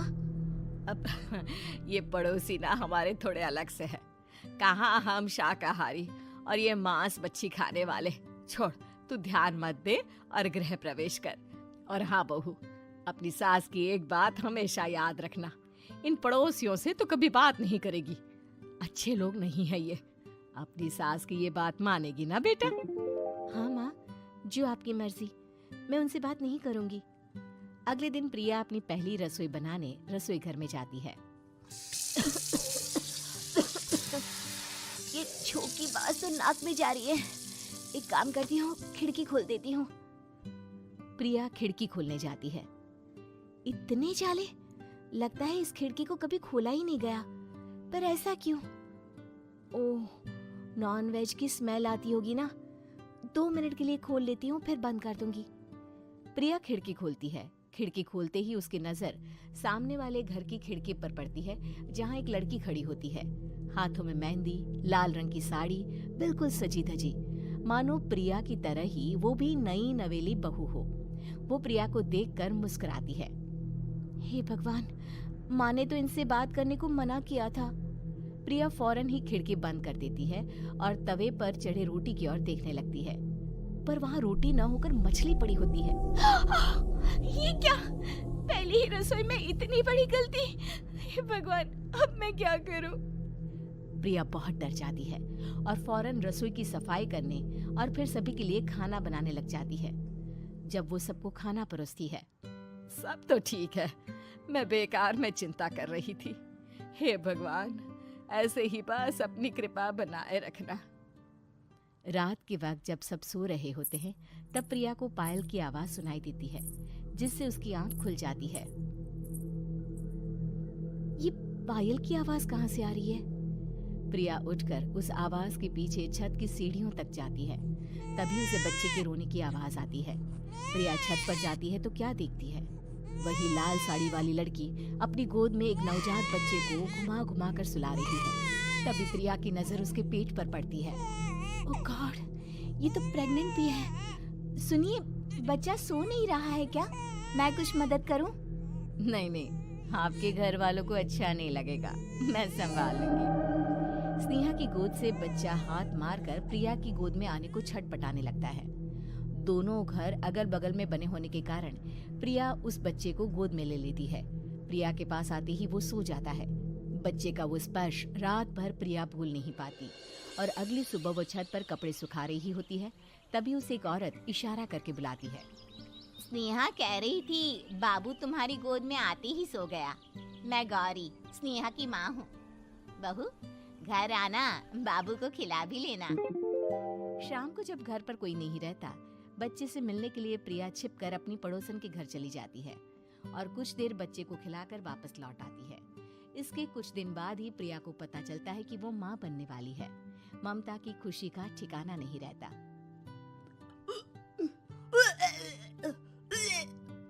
माँ जी, पता नहीं क्यों उल्टी आ रही है। प्रिया भागती हुई वॉशरूम में जाती है तो हरे और लाल रंग की उल्टी करती है। उस उल्टी में से कीड़े निकलते हैं। ये क्या? खून और ये कीड़े! माँ, माँ! प्रिया की आवाज सुनकर ममता दौड़ कर आती है, पर बेसिन में कुछ नहीं होता। प्रिया हक्की बक्की रह जाती है। ये सब क्या हो रहा है? प्रिया घबरा जाती है और अपने कमरे में जाकर सो जाती है। डर के कारण वो इतनी थक जाती है कि उसकी आंख लग जाती है। तब उसे ऐसा लगता है उसके पेट पर मानो कोई बैठा हुआ हो। कौन हो? प्रिया के पेट पर एक 5 महीने की बच्ची बैठी हुई थी, जो बुरी तरह जली हुई थी। माँ, तुम ही मुझे लाई ना अपने पेट में? मैं तुम्हारी माँ नहीं हूँ। कौन हो तुम? माँ, देखो मैं जल गई बुरी तरह से। 6 महीने पेट में रहने को भी मुझे नहीं मिला। सहला दो ना माँ। बचाओ, बचाओ माँ! ममता दौड़कर कमरे में आती है। प्रिया की बातें सुनकर वो सब समझ जाती है। तू कहीं बगल वाले घर में तो नहीं जाकर आई ना बहू? मुझे माफ कर दो, मैं गई थी माँ। उस घर में सब मरे हुए हैं बहू। कई साल पहले स्नेहा उस घर में बहू बनकर आई थी। कुछ ही दिन में वो एक बच्चे को जन्म देने वाली थी। पूरा घर बच्चे के आने की खुशी में खोया था कि एक दिन अचानक उस घर में आग लग गई। सब बुरी तरह जलकर मर गए। गौरी आज भी दादी बनने का इंतजार कर रही है और इसीलिए स्नेहा ने अपना अजन्मा बच्चा तुम्हारी कोख में डाल दिया। ममता ये कह रही होती है कि पीछे से उसके पैरों को एक बच्चा पकड़ लेता है। दादी, दादी। माँ, स्नेहा की गोद में यही बच्चा था। ये बच्चा कौन है फिर? तेरी मौत है। तेरी भी दादी। जिस चीज का ममता को डर था वही हो गया। ममता निवास के ऊपर मौत ने चादर बिछा दी थी। प्रिया का पेट ऐसे बढ़ जाता है मानो 9 महीने का हो। 2 हाथ उसके पेट से बाहर निकलते हैं। बहू, संतोष को फोन कर, किसी पंडित जी को बुला बहू। प्रिया का पति भागता हुआ घर आता है। ये तो होना ही था माँ। तेरा पाप तेरे सामने आ गया तो तू सह नहीं पा रही है। स्नेहा घर में आग लगी नहीं थी, माँ ने लगाई थी, प्रॉपर्टी की लालच में। और वो बच्चा मेरी पहली पत्नी का बच्चा है, मेरा बेटा, जो कि उस आग की चपेट का शिकार हो गया था। मैंने तुमसे ये सब माँ के कहने पर छुपाया था। मुझे माफ कर दो प्रिया। तुम अगर चाहो तो यहाँ से जा सकती हो। मैं तुम्हें किसी भी बंधन में रखना नहीं चाहता। मेरी शादी हुई है आपसे, मैं आपको छोड़ नहीं सकती, पर उससे पहले हमें स्नेहा, उसकी माँ और बच्चे की आत्मा की शांति करवानी होगी। संतोष और ममता गौरी के घर जाते हैं। अंदर सब कुछ जला हुआ होता है। जमीन पर जली हुई लाशें बिखरी हुई थी। ममता रो रो कर अपने करने की माफी गौरी से मांगती है। प्रिया स्नेहा के घर वालों का अंतिम संस्कार करवा देती है और ममता निवास फिर से आत्माओं के साए से मुक्त हो जाता है।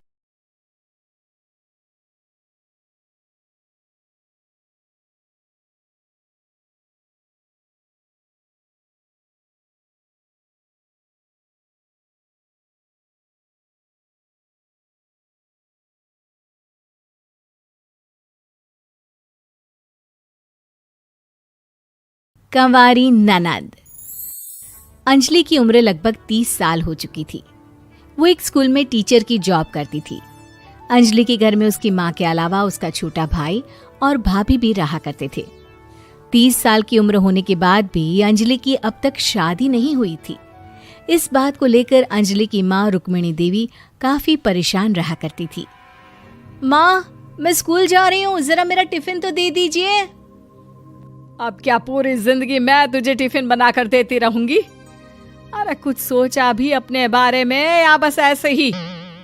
क्या माँ, सुबह सुबह फिर वही बातें लेकर बैठ गई। माँ गलत क्या कह रही है अंजलि दीदी? इतनी उम्र हो चुकी है आपकी, माँ कब तक आपकी सेवा करती रहेंगी? भाभी, मैंने माँ को कब कहा कि मेरी सेवा करो? वैसे भी अपना टिफिन मैं खुद तैयार कर लेती हूँ, बस टेबल से उठाकर देने को ही तो कहा था। वैसे अंजलि दीदी, देखा जाए तो टिफिन उठाकर देने की उम्र तो आपकी है। आपका अपना घर परिवार बच्चे होते तो ये जिम्मेदारी आज आप पूरी कर रही होती। एक बात मेरी समझ में नहीं आती, अगर मेरी शादी नहीं हुई तो इसमें मेरी क्या गलती है और तुम सब लोग मेरे पीछे क्यों पड़े रहते हो? अरे कुछ कहना क्या पीछे पड़े रहना होता है? अपने छोटे भाई को देख, तुझसे 3 साल छोटा है लेकिन 2-2 बच्चे खेल रहे हैं आंगन में। मुझे आप लोगों की कोई बात नहीं सुननी, जा रही हूं मैं। और आप में से किसी को मेरा कोई काम करने की जरूरत नहीं है, मैं खुद संभाल लूंगी। इतना कहकर अंजलि वहां से चली जाती है।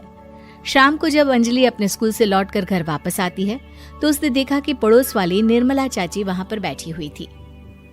क्या बात है अंजलि बिटिया, नौकरी करके वापस आ गई? जी चाची जी, कैसी हैं आप? मैं तो ठीक हूँ बेटा, तुम बताओ शादी के बारे में कुछ सोचा या नहीं? अरे रहने दीजिए ना, इससे तो शादी की बात करना ही बेकार है। कुछ भी कहो तो गुस्सा करती है, बात बात पर आंखें दिखाती है। माँ, आप ऐसा क्यों कह रही है? मैंने कब आप पर गुस्सा किया? अरे अंजलि बेटा, तुम्हारी माँ ठीक ही तो कहती है। 30 की होने आई हो, अब तुम्हें भी शादी वादी कर लेनी चाहिए। चाची जी, आप तो ऐसे कह रही हैं जैसे शादी करने से मैंने मना किया हो। रहने दीजिए निर्मला चाची, हमारी अंजलि दीदी को अभी तक उनकी पसंद का दूल्हा नहीं मिला ना, इसीलिए वो शादी नहीं कर रही। भाभी, ऐसी कोई बात नहीं है। अरे तो फिर क्या बात है? तुम्हारी माँ ने तुम्हारे लिए इतने रिश्ते ढूंढे लेकिन तुम्हें कोई पसंद ही नहीं आता। क्या है ना चाची जी, हमारी ननद रानी नौकरी जो करती है ऐसे ही थोड़ी ना किसी को पसंद कर लेंगी। अरे भाई, नौकरी का घमंड है तो बात अलग है, कोई और बात हो तो बताओ, कोई रास्ता निकाला जाए। नहीं चाची जी, कोई बात नहीं है, बस मुझे अभी तक अपनी पसंद का कोई मिला नहीं है। सुन लिया आपने, इस लड़की के तो पर निकल आए हैं और इतनी उम्र में अपनी पसंद का कोई मिलेगा भी नहीं इसे। माँ, आप मेरी शादी को लेकर हमेशा मुझे ताने क्यों मारती रहती हैं? अपनी माँ की बातें तो ताने लगती है। ताने हैं? बताओ, मैंने कुछ गलत कहा क्या? देखो, ये सब छोड़ो। मेरी दूर की बुआ का बेटा है, उसकी अभी शादी नहीं हुई है। उम्र होगी कोई 34-35 साल। आप कहें तो बात आगे बढ़ाऊं? अरे हाँ हाँ, क्यों नहीं, ये भी कोई पूछने की बात है। अरे जल्दी से लड़के को यहाँ बुला लो। माँ, आप मुझसे पूछे बिना मेरी शादी की बात करने जा रही हैं और मेरी उम्र 30 भी पूरी नहीं हुई है। निर्मला चाची कह रही है कि वो लड़का 35 साल का है। अंजलि दीदी, आपको क्या लगता है इस उम्र में कोई फिल्म का हीरो आएगा आपके लिए? देखिए, अब पसंद और नापसंद की बात तो रहने दीजिए। पसंद करने की उम्र तो आपकी निकल चुकी। अब तो जो भी मिले उसी से शादी कर लीजिए, इसी में भलाई है। तेरी भाभी बिल्कुल ठीक कह रही है। अब जैसा रिश्ता मिले उसके लिए हाँ कर देना, ताकि हम भी गंगा नहाए। ठीक है, चलिए मैं उस लड़के को कहती हूँ, वो कल ही अंजलि को देखने आ जाएगा। अगले दिन निर्मला चाची के दूर का रिश्तेदार अंजलि को देखने उसके घर आता है। उसका नाम था अजय। अंजलि जी, तो आप नौकरी करती हैं, वो भी स्कूल में? जी हाँ, मैं स्कूल में टीचर हूँ। हमारी बेटी बहुत होशियार है। अरे पढ़ने लिखने में इतनी होशियार है, इसीलिए तो इसकी नौकरी लगी है स्कूल में। हाँ हाँ ठीक है आंटी जी, जरा मुझे भी तो बात करने दीजिए आपकी बेटी से। जी पूछिए ना, क्या पूछना चाहते हैं? अंजलि मैडम, ये तो बताइए कि आपने अभी तक शादी क्यों नहीं की? बस ऐसे ही, कहीं कोई रिश्ता पसंद नहीं आया इसलिए। लेकिन क्या मैं आपसे पूछ सकती हूँ कि आपने शादी क्यों नहीं की? अंजलि, क्या कर रही हो तुम? लड़कियों को इस तरह की बातें नहीं शोभा देती। रहने दीजिए आंटी जी, आपकी बेटी काफ़ी पढ़ी लिखी है, मैं उनके सवाल का जवाब दे ही देता हूँ। वो क्या है ना, मुझे भी अभी तक अपनी पसंद की कोई लड़की नहीं मिली। अच्छा अच्छा, कोई बात नहीं। वैसे आपकी तनख्वाह कितनी है? कितना कमा लेती हैं महीने का? जी यही कोई 25,000 महीने। बस 25,000? इतने से क्या होता है? इतने से तो आजकल घर भी नहीं चलता। आपके कहने का क्या मतलब है? अरे मैं तो ये सोच कर आया था कि नौकरी वाली लड़की है, आराम से 40,000 कमाती होगी। माफ कीजिएगा, आपका और मेरा रिश्ता नहीं हो सकता। जी कोई बात नहीं, मुझे भी आपके साथ शादी करने में कोई इंटरेस्ट नहीं है। अंजलि, किस तरह की बात कर रही हो? घर आए रिश्ते को ठुकरा रही हो तुम। दीदी, अब इस उम्र में आपको इतनी अकड़ नहीं दिखानी चाहिए। अच्छा खासा रिश्ता हाथ से निकल गया, कहीं ऐसा ना हो कि जिंदगी भर कुंवारी ही रह जाओ आप। कुछ दिन और ऐसे ही निकल जाते हैं और अंजलि की शादी कभी नहीं होती। अंजलि के परिवार वाले बिंदास उसे ताने मारते रहते हैं, लेकिन अंजलि एक बड़ी नौकरी की तैयारी करती है और उसमें सिलेक्ट होने के बाद अंजलि को एक बहुत बड़ी नौकरी मिल जाती है। अब तो दीदी के नखरे और भी ज्यादा बढ़ जाएंगे भाई। अब तो इतनी बड़ी नौकरी जो लगी है, अब इनकी शादी होने से रही। माँ, मुझे नौकरी के लिए दूसरे शहर जाना पड़ेगा। आप जानती हैं ये बहुत बड़ी जॉब है और इसमें पैसे भी बहुत ज्यादा मिलेंगे। अच्छा, कितने पैसे मिलेंगे बेटा? माँ, मुझे हर महीने 90,000 सैलरी मिलेगी। क्या? अरे वाह वाह, ये तो बहुत अच्छी बात है। लेकिन फायदा क्या? कितने भी पैसे मिले, शादी तो हुई नहीं ना तुम्हारी। अंजलि नौकरी करने के लिए दूसरे शहर में चली जाती है और जब कुछ महीनों के बाद वो वापस घर आती है तो उसे अपने पति के साथ देखकर उसके घर वाले हैरान रह जाते हैं। अरे अंजलि, तूने शादी कर ली और हमें बताया तक नहीं। और दामाद जी करते क्या हैं? इतनी बड़ी कार है उनकी। माँ, मैं आपको सब कुछ बताना चाहती थी, लेकिन आप सबके ताने सुनकर बहुत दुखी हो गई थी और इसलिए मैंने अपनी पसंद से शादी कर ली। मेरे पति मेरे साथ ही ऑफिस में नौकरी करते हैं और बहुत बड़े अफसर हैं।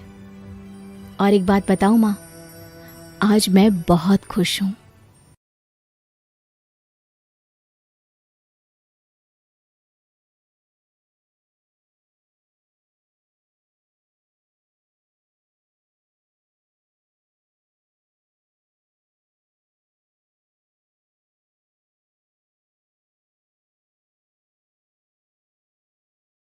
किराएदार बेटा। उठ जा नालायक, सुबह के 8 बजने को है, तुझे एग्जाम नहीं देना क्या? थोड़ी देर और सोने दीजिए ना पापा। तू उठता है या फिर मैं तेरे ऊपर पानी फेंकूं? रोज गधों की तरह सोता रहता है, पेपर की कोई टेंशन ही नहीं है। और एक हमारा समय था जब हम पेपर में फेल होने के डर से रात भर पढ़ा करते थे, सो ही नहीं पाते थे। तो क्या अब आप उसका बदला मुझसे लेंगे? मैं 15 मिनट बाद उठ जाऊंगा, आप प्लीज जाइए, मुझे डिस्टर्ब मत कीजिए। इतना कहकर रौनक रजाई ढककर फिर से सो जाता है। तू ऐसा नहीं मानेगा, रुक मैं अभी पानी लेकर आता हूँ।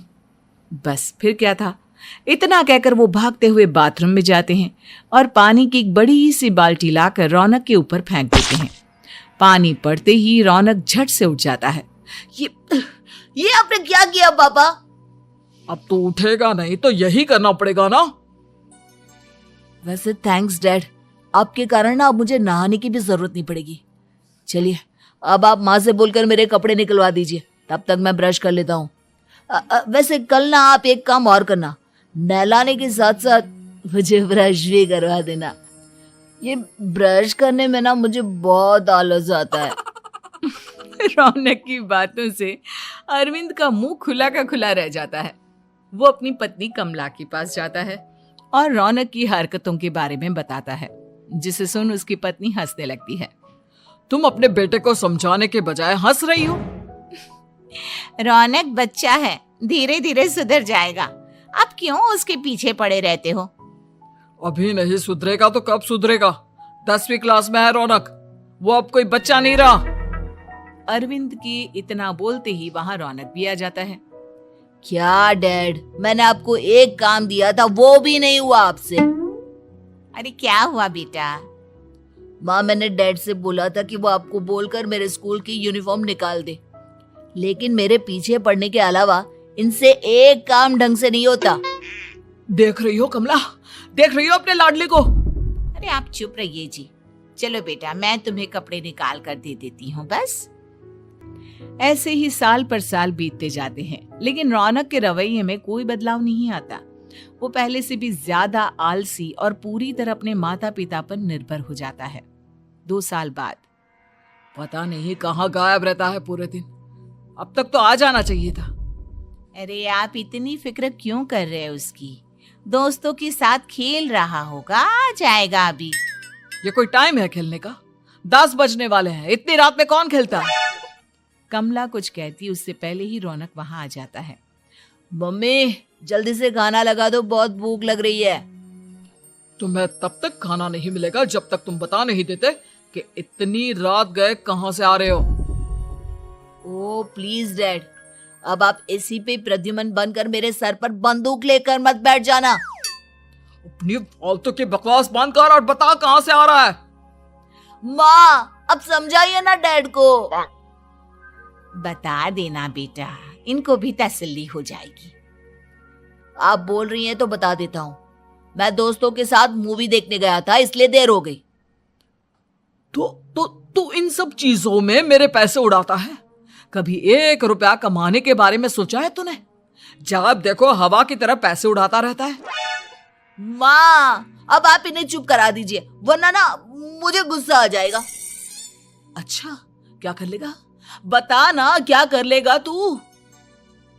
वैसे बात तो ठीक ही है, मैं कर ही क्या सकता हूँ, पैसे तो फिर भी मैं आपसे ही मांगूंगा ना। चलिए अब ये सब बात छोड़िए और मम्मी मेरे लिए खाना लगा दीजिए। अभी लगा देती हूँ बेटा। मैं बता रहा हूँ कमला, एक दिन ये ऐसे ही बिगड़ जाएगा। उफ़ो, आप क्यों इतना पीछे पड़े रहते हो मेरे बच्चे के? बात की बाद में देखेंगे, अभी आप शांति से उसे खाना खाने देंगे। अगले दिन डैडी मुझे 10,000 रुपए चाहिए। हाँ?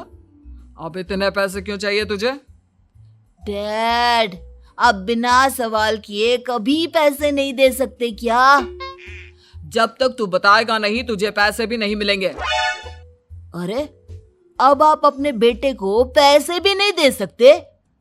नालायक, तेरी उम्र के लोग नौकरी करते हैं और एक तू है जो नौकरी करने का नाम ही नहीं लेता कभी।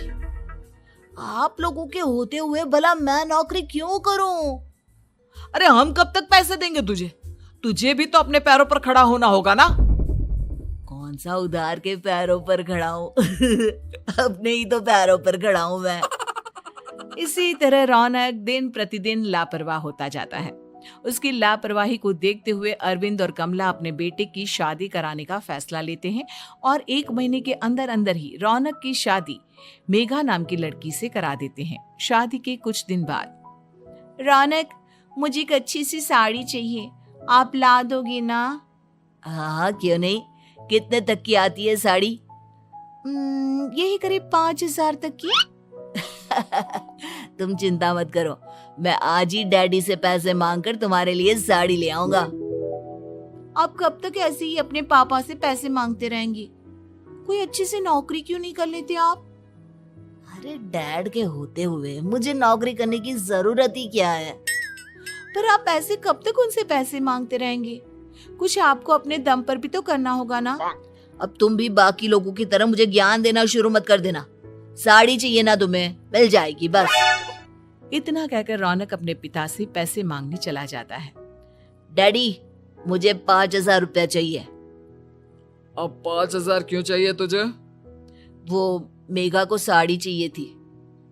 अरविंद आगे बिना कुछ कहे चुपचाप उसे पैसे निकाल कर दे देता है। कुछ दिन बाद, तुम्हें नहीं लगता कमला, रौनक हम पर पहले से भी ज्यादा डिपेंड हो गया है? मुझे तो अब उसके भविष्य की चिंता होने लगी है। कल को हमें कुछ हो गया तो वो क्या करेगा? काश तुमने पहले ये सोच लिया होता तो आज हमारा बेटा इतना लापरवाह नहीं होता। तब मुझे कहाँ पता था कि मेरा लाड प्यार उसे इतना बिगाड़ देगा कि वो इस हद तक लापरवाह बन जाएगा। कोई बात नहीं, अभी भी देर नहीं हुई। मुझे पता है उसे कैसे सुधारा जा सकता है। कैसे? अरविंद कुछ कहता उससे पहले रौनक वहां आ जाता है और पैसों के लिए हाथ फैलाने लगता है। डैड, मैं और मेघा बाहर घूमने जाना चाहते हैं। अरे वाह, ये आज सूरज कहाँ से निकला है? Dad please. अच्छा चलो अब मुद्दे की बात करो। मुझे अब 25,000 चाहिए। अब तुम्हें 1 रुपया भी नहीं मिलने वाला। अगर तुम्हें पैसों की इतनी ही जरूरत है तो कोई ढंग की नौकरी कर लो। मम्मी आप कुछ कहिए ना डैड को। बेटा वो गलत क्या बोल रहे हैं? ये सब हम तेरे भले के लिए ही तो कर रहे हैं। मम्मा मैंने बताया ना आपको, मुझे नहीं करनी कोई जॉब वॉब। तो ठीक है, निकल जाओ हमारे घर से। तुम्हारे जैसे लोगों के लिए मैंने ये घर खड़ा नहीं किया है। जितना ये घर आपका है ना उतना ही मेरा भी है। मैं कहीं नहीं जाने वाला। जाना तो पड़ेगा ही तुझे, क्योंकि अब मैं तेरा कोई भी खर्चा नहीं उठाने वाला। ठीक है, मत उठाइए मेरा खर्चा, मैं अपने दम पर भी जी सकता हूँ। तो बेशर्मों की तरह अब तक यहाँ क्यों खड़ा है? अपना सामान ले और निकल जाए यहाँ से। रौनक पैर पटकते हुए वहां से चला जाता है। घर से निकालना जरूरी है क्या उसे? बिना पैसों के कौन रखेगा उसे किराए पर? अगर उसका भविष्य सुधारना है तो हमें अपने दिल पर पत्थर रखकर ये कदम उठाना ही होगा। दोनों बात कर रहे होते हैं कि रौनक अपनी पत्नी के साथ एक बड़ा सा बैग लेकर घर से निकल जाता है, लेकिन घर से बाहर उसे कोई भी मुफ्त में अपने घर किराए पर नहीं रखता। अंत में थक हार कर वो फिर से अपने घर चला जाता है। क्या हुआ? थोड़ी देर पहले तो दहाड़ते हुए घर से निकला था, अब क्या हुआ? नहीं रखा ना किसी ने तुझे किराए पर? डैड प्लीज, मैं कुछ दिनों में कोई अच्छी सी नौकरी शुरू कर दूंगा। आप तब तक तो हमें रख लीजिए प्लीज। सुबह से रात हो चुकी है लेकिन कोई हमें रखने को राजी नहीं है। अब आप ही बताइए, इतनी रात को मैं मेघा को लेकर कहाँ जाऊंगा? ठीक है ठीक है, बहू की वजह से मैं तुझे घर पर रख रहा हूँ, लेकिन तू इस घर में एक बेटे की नहीं बल्कि एक किराएदार की हैसियत से रहेगा। 3 महीने हैं तेरे पास। इन 3 महीनों के अंदर अंदर मुझे तेरी पहली तनख्वाह हाथ में चाहिए, समझ गया? पक्का डैड, इन 3 महीनों के अंदर अंदर तो कोई बढ़िया सी नौकरी ढूंढ ही लूंगा मैं। ऐसे ही धीरे धीरे समय बीतने लगता है और अरविंद के दिए 3 महीनों में से 2 महीने बीत चुके होते हैं। पापा जी ने हमें 3 महीने दिए थे, जिसमें से 2 महीने तो बीत चुके हैं। अब ये आखिरी महीना बचा है। अरे तुम चिंता मत करो, आज मेरा ना 2 जगह इंटरव्यू है, दोनों में से कहीं ना कहीं तो जॉब लगी जाएगी। अच्छा, all the best. Raunak interview के लिए निकल जाता है, जिसके बाद शाम में रौनक घर आता है। कैसा गया इंटरव्यू? आपकी नौकरी लगी या नहीं? अरे पहले सांस तो ले लेने दो अच्छे से। बताइए ना, मुझसे तो जरा भी इंतजार नहीं हो रहा है। वो दरअसल बात यह है कि मेरी नौकरी तो लग चुकी है, लेकिन पैसे बहुत कम है। कितने पैसे हैं? 15,000। इतने में अरविंद और कमला मिठाई का डिब्बा लेकर आ जाते हैं। बधाई हो बेटा। हम जानते थे तेरी जॉब जरूर लगेगी। लेकिन मेरी सैलरी बहुत कम है मम्मा। कम है तो क्या हुआ, धीरे धीरे बढ़ जाएगी। हाँ बेटा, हम तो बस चाहते थे कि तू अपने पैरों पर खड़ा हो जाए। मतलब अब आप मुझे घर से नहीं निकालेंगे? नहीं, ये सब हमने तुझे जिम्मेदार इंसान बनाने के लिए किया था। Thank you mummy papa. अगर आप दोनों ऐसा नहीं करते तो मुझे कभी अपनी जिम्मेदारियों का एहसास तक नहीं होता। आज आपने मुझे सिखा दिया कि इंसान का अपने पैरों पर खड़ा होना भी जरूरी होता है। इतना कहकर रौनक झट से अपने माता पिता के गले लग जाता है और अपनी कमाई की पहली तनख्वाह वो अपने माता पिता के हाथ में सौंपता है।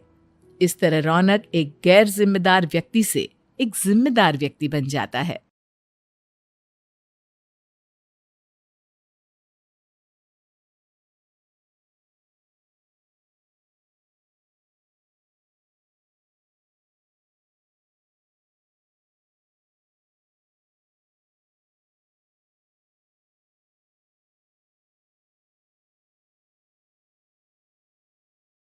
काली नजर। माँ, माँ, अरे क्या माँ माँ कर रहा है, बकरी का बच्चा है क्या? अरे माँ मजाक छोड़ो, मुझे फाइनली वो मेन चौराहे वाली दुकान मिल गई है। अब देखना, आपका बेटा दुगनी स्पीड से पैसा कमाएगा। ओफो, ये क्या, मेरी ऑनलाइन मेकअप क्लास चल रही है, इतनी जोर से क्यों बोल रहे हो आप दोनों? अरे मेरी धर्म पत्नी जी, मेकअप क्लास बाद में करना, वो चौराहे वाली दुकान मिल गई है हमको। अरे वाह, रुको मैं अपनी माँ को फोन लगाकर बता देती हूँ। अरे मैं भी अपने रिश्तेदारों को बता देती हूँ, कितनी खुशी की बात है। हाँ हाँ, मैं भी अपने दोस्तों को बता देता हूँ, 1 हफ्ते बाद रजिस्ट्री है। बस घर में खुशी का मौका था। उन तीनों ने अपने अपने फोन उठाए और लोगों में बात फैलाना शुरू कर दिया। और रही सही कसर श्वेता बहू ने अपने पड़ोस में सबको बताकर कर दी। अरे वर्मा आंटी, अब हम भी जल्दी कार ले लेंगे, घर का रेनोवेशन होगा और ठाट से रहेंगे हम भी। अरे ऐसा क्या हुआ, लॉटरी बाटरी लग गई है क्या? अरे इस बार चौराहे वाली मॉल में हमको भी दुकान मिल गई है, दुकान नंबर 21, जो एकदम चौराहे पर है। अब ग्राहक बढ़ेंगे तो आमदनी भी बढ़ेगी ही ना। अरे वाह, कितनी खुशी की बात है। मैं बहुत खुश हूं तुम्हें इतना खुश देख के। बाकी एक बात कहूं, सबको मत बताते फिरना, किसी की नजर लग जाएगी तो खुशी की खबर वापस लौट जाएगी। हैं? ऐसे थोड़ी ना होता है, अब डरा रही हो। अरे सही कह रही हूं, काली नजर कहते हैं इस चीज को, जब आप किसी को कुछ बताओ और वो काम बिगड़ जाए। अरे लेकिन मैं तो, तुमने सबको बता दिया ना?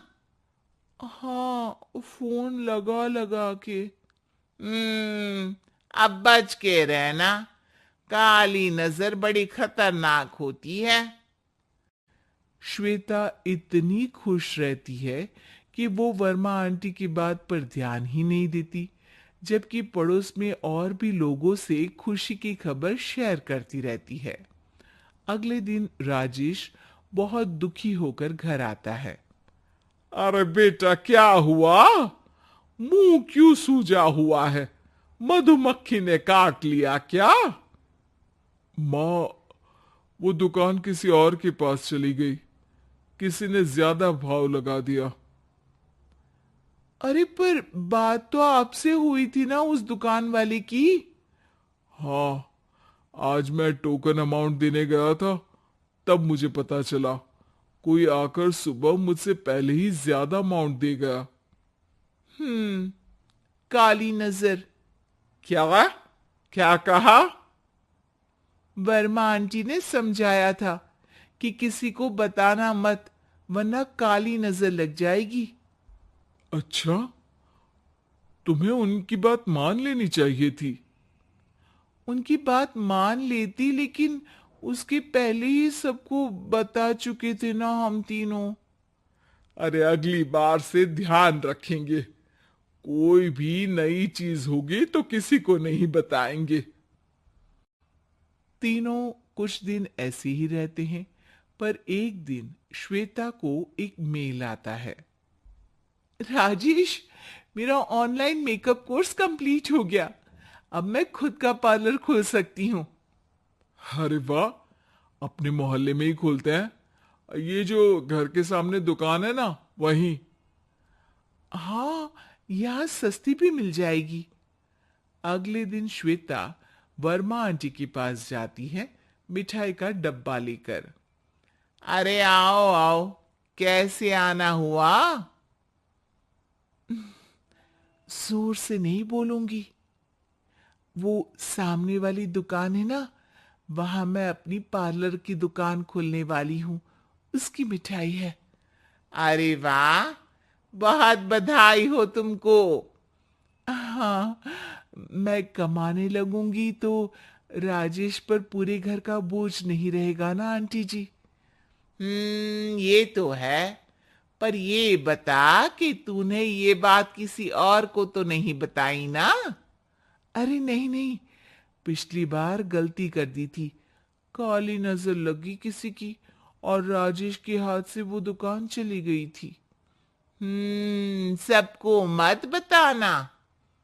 चलो मैं चलती हूँ, कल दुकान की बात करने भी तो जाना है।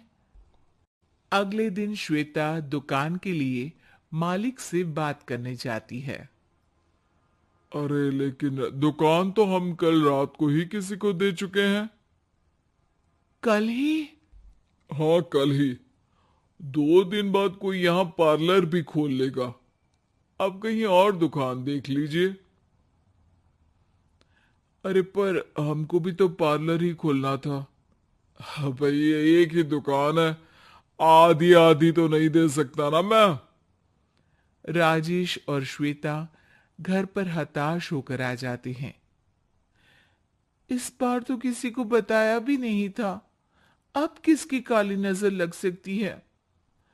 सुनो, तुमने माँ को बताया था क्या?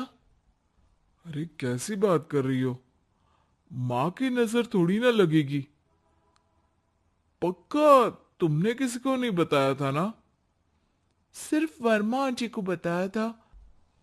उन्होंने ही मुझे किसी को नहीं बताने को कहा। अरे यार, तुम भी सही हो। मेरी माँ को नहीं बताने को कह रही हो, पर वर्मा आंटी को बताना तुम्हें जरूरी लगा। अरे वर्मा आंटी ने ही तो काली नजर के बारे में बताया था ना। वो हमेशा हमारा भला ही तो चाहती है।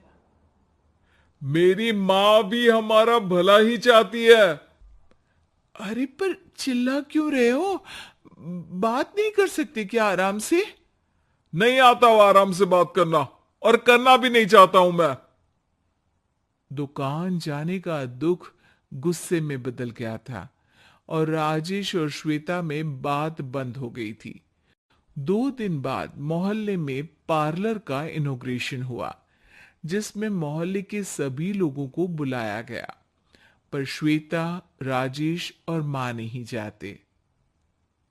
मां, अंदर आ जाओ। क्या देख रही हो? अरे नया पार्लर देख रही हूं अपने आंगन से। देखो, मां को दूसरे का सुख देखने में कितना मजा आ रहा है। मेरा दुख नहीं दिख रहा इन्हें। यहां मेरा पार्लर भी तो हो सकता था। अरे चुप रहो यार, हर बात में लड़ाई क्यों ढूंढ रही हो? राजेश और श्वेता फिर बहस करने लगते थे। तभी मां ने दोनों को बाहर बुलाया। अरे जरा देखो तो, दुकान चलाने वाले का बोर्ड पर नाम क्या लिखा है? श्रुति वर्मा। गाड़ी निकाले बेटा, हमें कहीं जाना है। काली नजर का इलाज कराने? राजेश अपनी बाइक निकालता है। तीनों ट्रिपलिंग कर रहे हैं। मां राजेश को उस मॉल वाली दुकान पर लेकर जाती है जहां राजेश अपनी दुकान खोलने वाला था। यही दुकान लेना चाहता था ना तू? हाँ, पर इनको भी दुखी करने लेकर आई हो क्या यहां पर दुकान दिखाकर? वहां काफी नहीं था? अरे श्वेता, थोड़ा सब्र रख, अभी पता चलेगा कि हम यहां क्यों आए हैं। बता, इस दुकान चलाने वाले का नाम क्या है? अनुपम वर्मा। कुछ समझ में आया? वो दुकान वाली श्रुति वर्मा, ये दुकान वाला अनुपम वर्मा, और हमारे पड़ोस में हमने उस दुकानों के बारे में बताया किसको था? अब वर्मा आंटी को। मतलब वर्मा आंटी ही हमारा काम बिगाड़ रही है? नहीं नहीं, ऐसा नहीं हो सकता, ये बस इत्तेफाक है। राजेश अपना फोन निकालता है और श्रुति वर्मा और अनुपम वर्मा के नाम फेसबुक पर सर्च करता है, जहां ये दोनों ही वर्मा आंटी के रिश्तेदार होते हैं। श्वेता को समझ में आ जाता है कि वर्मा आंटी की ही नजर काली नजर है। अब क्या करना है? कोई भी खुशी की खबर हो तो काली नजर से बचना है, यानी वर्मा आंटी से बचना है। अरे पर मुझे ये समझ में नहीं आया कि वो हमारे साथ ऐसा क्यों करेंगी। अरे बेटा, एक सीख है, दूर के आदमी को आपकी तरक्की से कम परेशानी होगी, पड़ोसी को ज्यादा। दोनों मां की बात में हामी भरते हैं और अगला काम चुपचाप करने की कसम खाते हैं, ताकि आगे से वर्मा आंटी कोई काम ना बिगाड़ सके।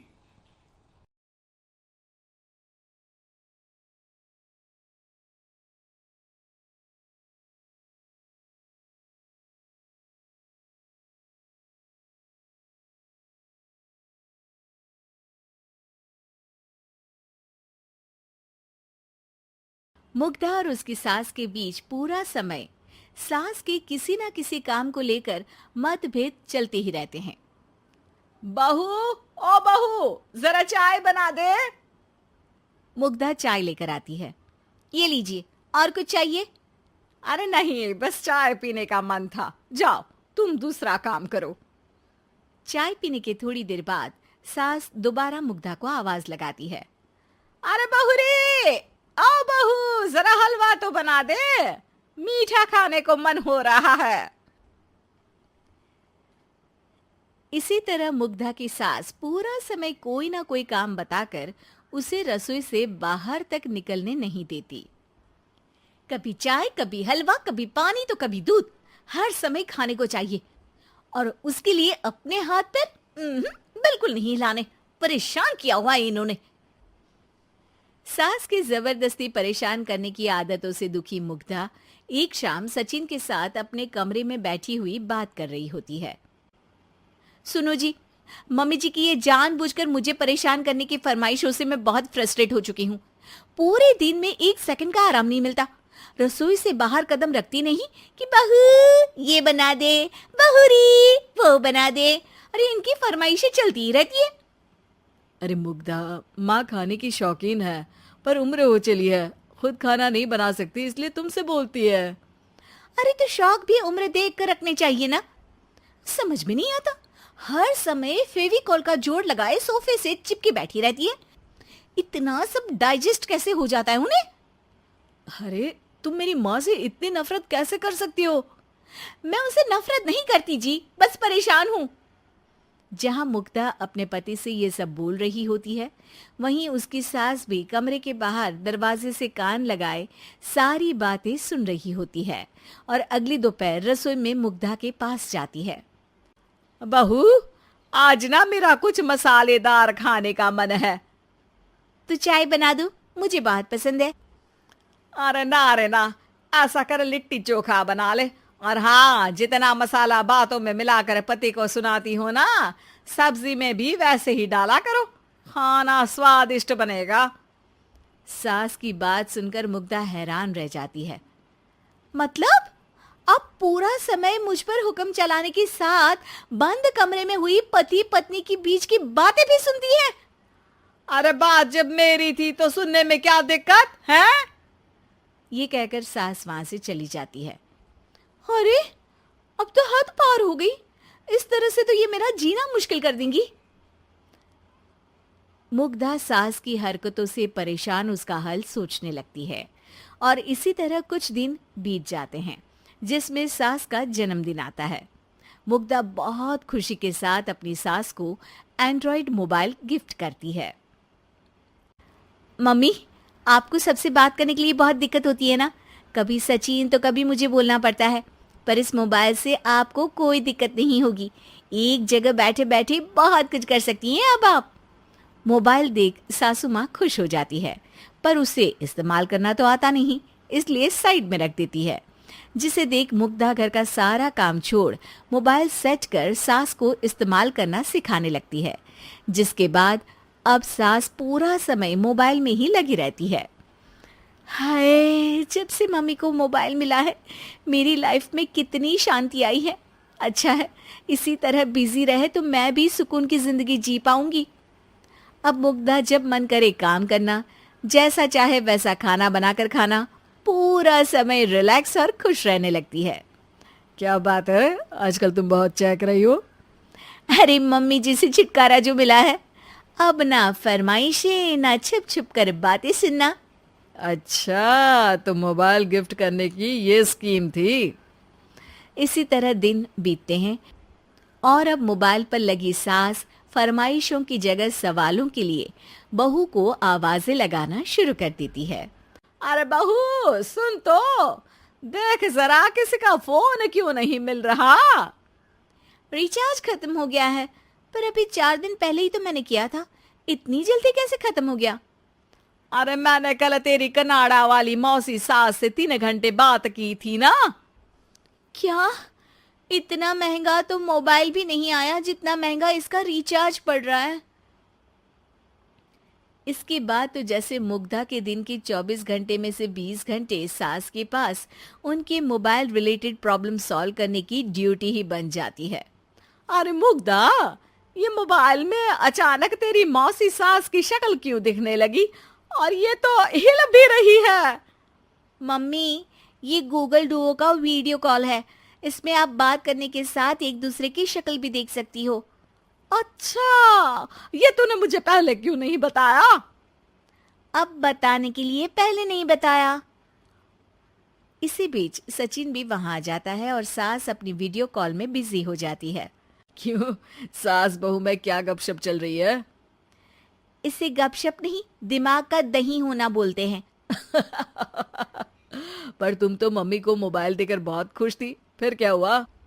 हाँ, उसका सुकून भी कुछ ही दिन मिला। अब घर के टंटे खत्म हुए तो मोबाइल की टिंग टिंग शुरू हो गई। देखो भाई, कुछ पाने के लिए कुछ खोना तो पड़ता है। आखिर तुमने मोबाइल अपने फायदे के लिए ही तो दिया है, तो फिर सवालों के जवाब भी देने पड़ेंगे, क्योंकि जब तक उनके हाथ में ये फुंथरू रहेगा तुम्हारी लाइफ में प्राइवेसी और सुकून रहेंगे। कहने का मतलब है अगर इससे प्यार बढ़े तो दाग अच्छे हैं। अरे मुझे पहले दिन से ही पता है मोबाइल किस मकसद से दिया गया है। भूलो मत, इससे पहले मैं बातें ही सुनती थी। सास की ये बात सुनकर मुग्धा शॉक में और सचिन हंसता रह जाता है।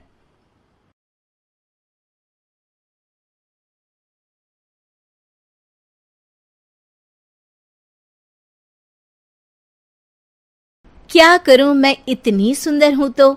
श्रीवास्तव मौसी का जब बेटा हुआ था, उन्होंने तभी ठान लिया था कि अपने बेटे के लिए सबसे सुंदर लड़की का हाथ मांग कर लाएंगी। श्रीवास्तव मौसी को भी बचपन से हीरोइन बन के रहने का बड़ा शौक था, तो बहू भी उनको हीरोइन जैसी ही चाहिए थी। एक दिन उन्होंने मिस गाजियाबाद डिम्पल से उसकी शादी करवा दी। यहाँ बस एक ही दिक्कत थी, डिम्पल को फेस मास्क बनाना तो आता था, पर आटा गूंथना नहीं आता था। बातें तो पक्की पक्की करती थी, पर रोटियां कच्ची पक्की बनाती थी। कमला बहन, मानना पड़ेगा, आप शहर की सबसे सुंदर लड़की को ब्याह कर ले आई है अपने बेटे के लिए। अब इसमें हमने तो कुछ नहीं किया भाई साहब, सब ऊपर वाले की कृपा है। जी जी, तो क्या क्या कर लेती है आपकी बहू? सब कुछ। जाओ बेटा डिम्पल, शर्मा जी के लिए थोड़ा नाश्ता पानी बना लाओ। डिम्पल नजदीक जाकर श्रीवास्तव मौसी के कान में फुसफुसाती है।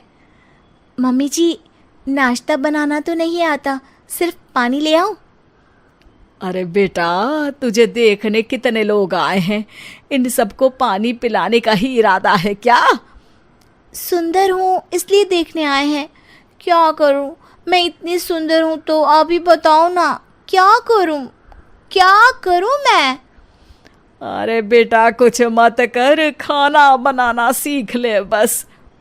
श्रीवास्तव मौसी के लिस्ट में सुंदरता सबसे ऊपर आती थी और उन्हें उसी का फल मिला। उनके बेटे अशोक ने एक दिन माँ से शिकायत की। माँ, कैसी बहू ढूंढ कर लाई हो?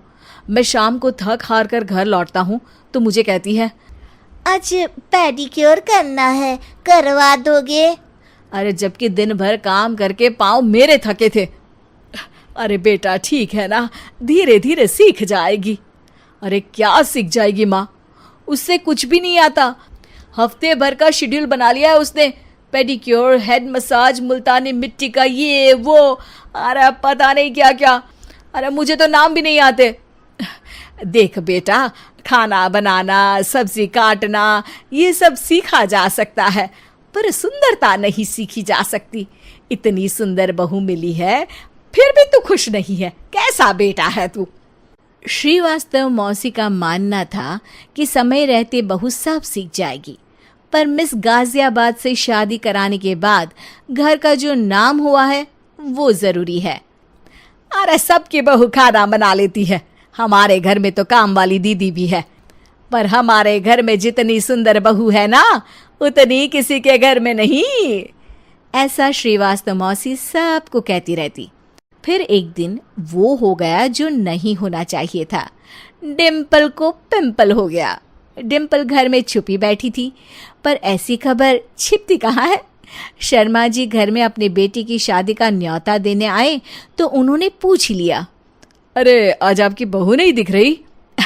हाँ, वो ना थोड़ा काम में बिजी है, आती ही होगी। और इतने में डिम्पल सही में किसी काम से वहां आ जाती है। बस शर्मा जी की नजर पड़ जाती है डिम्पल के पिंपल पर, जो उन्हें चांद पे दाग जैसा लगता है। पूरे शहर में बात फैल जाती है कि डिम्पल को पिंपल हो गया है। ये दिक्कत काफी गंभीर थी और श्रीवास्तव मौसी को पता था कि अगर ऐसा चलता रहा तो उन्होंने जो हासिल किया था सब मिट्टी में मिल जाएगा। उन्होंने फट से डिम्पल को अपने कमरे में बुलाया। अरे बेटा, शर्मा जी के बेटे की शादी 1 हफ्ते में ही है, हमें उससे पहले ही तुझे वापस सुंदर बनाना पड़ेगा। तू बता, तुझे मेकअप के लिए क्या क्या चाहिए? डिम्पल की दी गई लिस्ट का सामान श्रीवास्तव मौसी शाम को ही ले आती है और उसके बाद शुरू होता है डिम्पल का मेकओवर। 1 हफ्ते में सारे क्रीम्स पाउडर टेस्ट हो चुके हैं और डिम्पल और श्रीवास्तव मौसी रेडी हो जाते हैं शर्मा जी के बेटे की शादी के लिए। शादी के दिन डिम्पल बहुत सुंदर लग रही थी। श्रीवास्तव मौसी को उम्मीद थी कि बस अब तो हर जगह वो और डिम्पल ही छाए रहेंगे, चाहे शादी किसी की भी हो। पर जब वो शादी में पहुंचते हैं तो उन्हें बाहर शर्मा जी लोगों का स्वागत करते मिलते हैं। अरे कमला जी, सही समय पर आई हैं, आप ही का इंतजार था। हमने भी हमारे बेटे के लिए मिस अहमदाबाद ढूंढी है।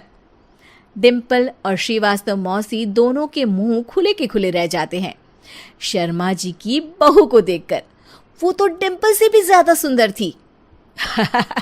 क्यों, हमने भी अच्छी बहू ढूंढी है ना? हाँ शर्मा जी, बाकी आजकल के जमाने में सुंदरता से क्या होता है भाई। देखो, बूढ़े तो सब होते हैं। मैं तो मानती हूँ कि बस रोटियां गोल बना दे, इससे ज्यादा क्या चाहिए।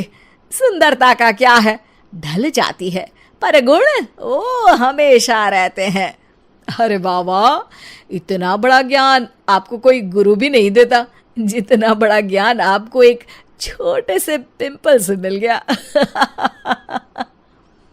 अगले दिन जब अशोक डिम्पल से बात कर रहा होता है, कल शादी में मिस अहमदाबाद के बाद सब मिस गाजियाबाद यानी तुमको ही देख रहे थे।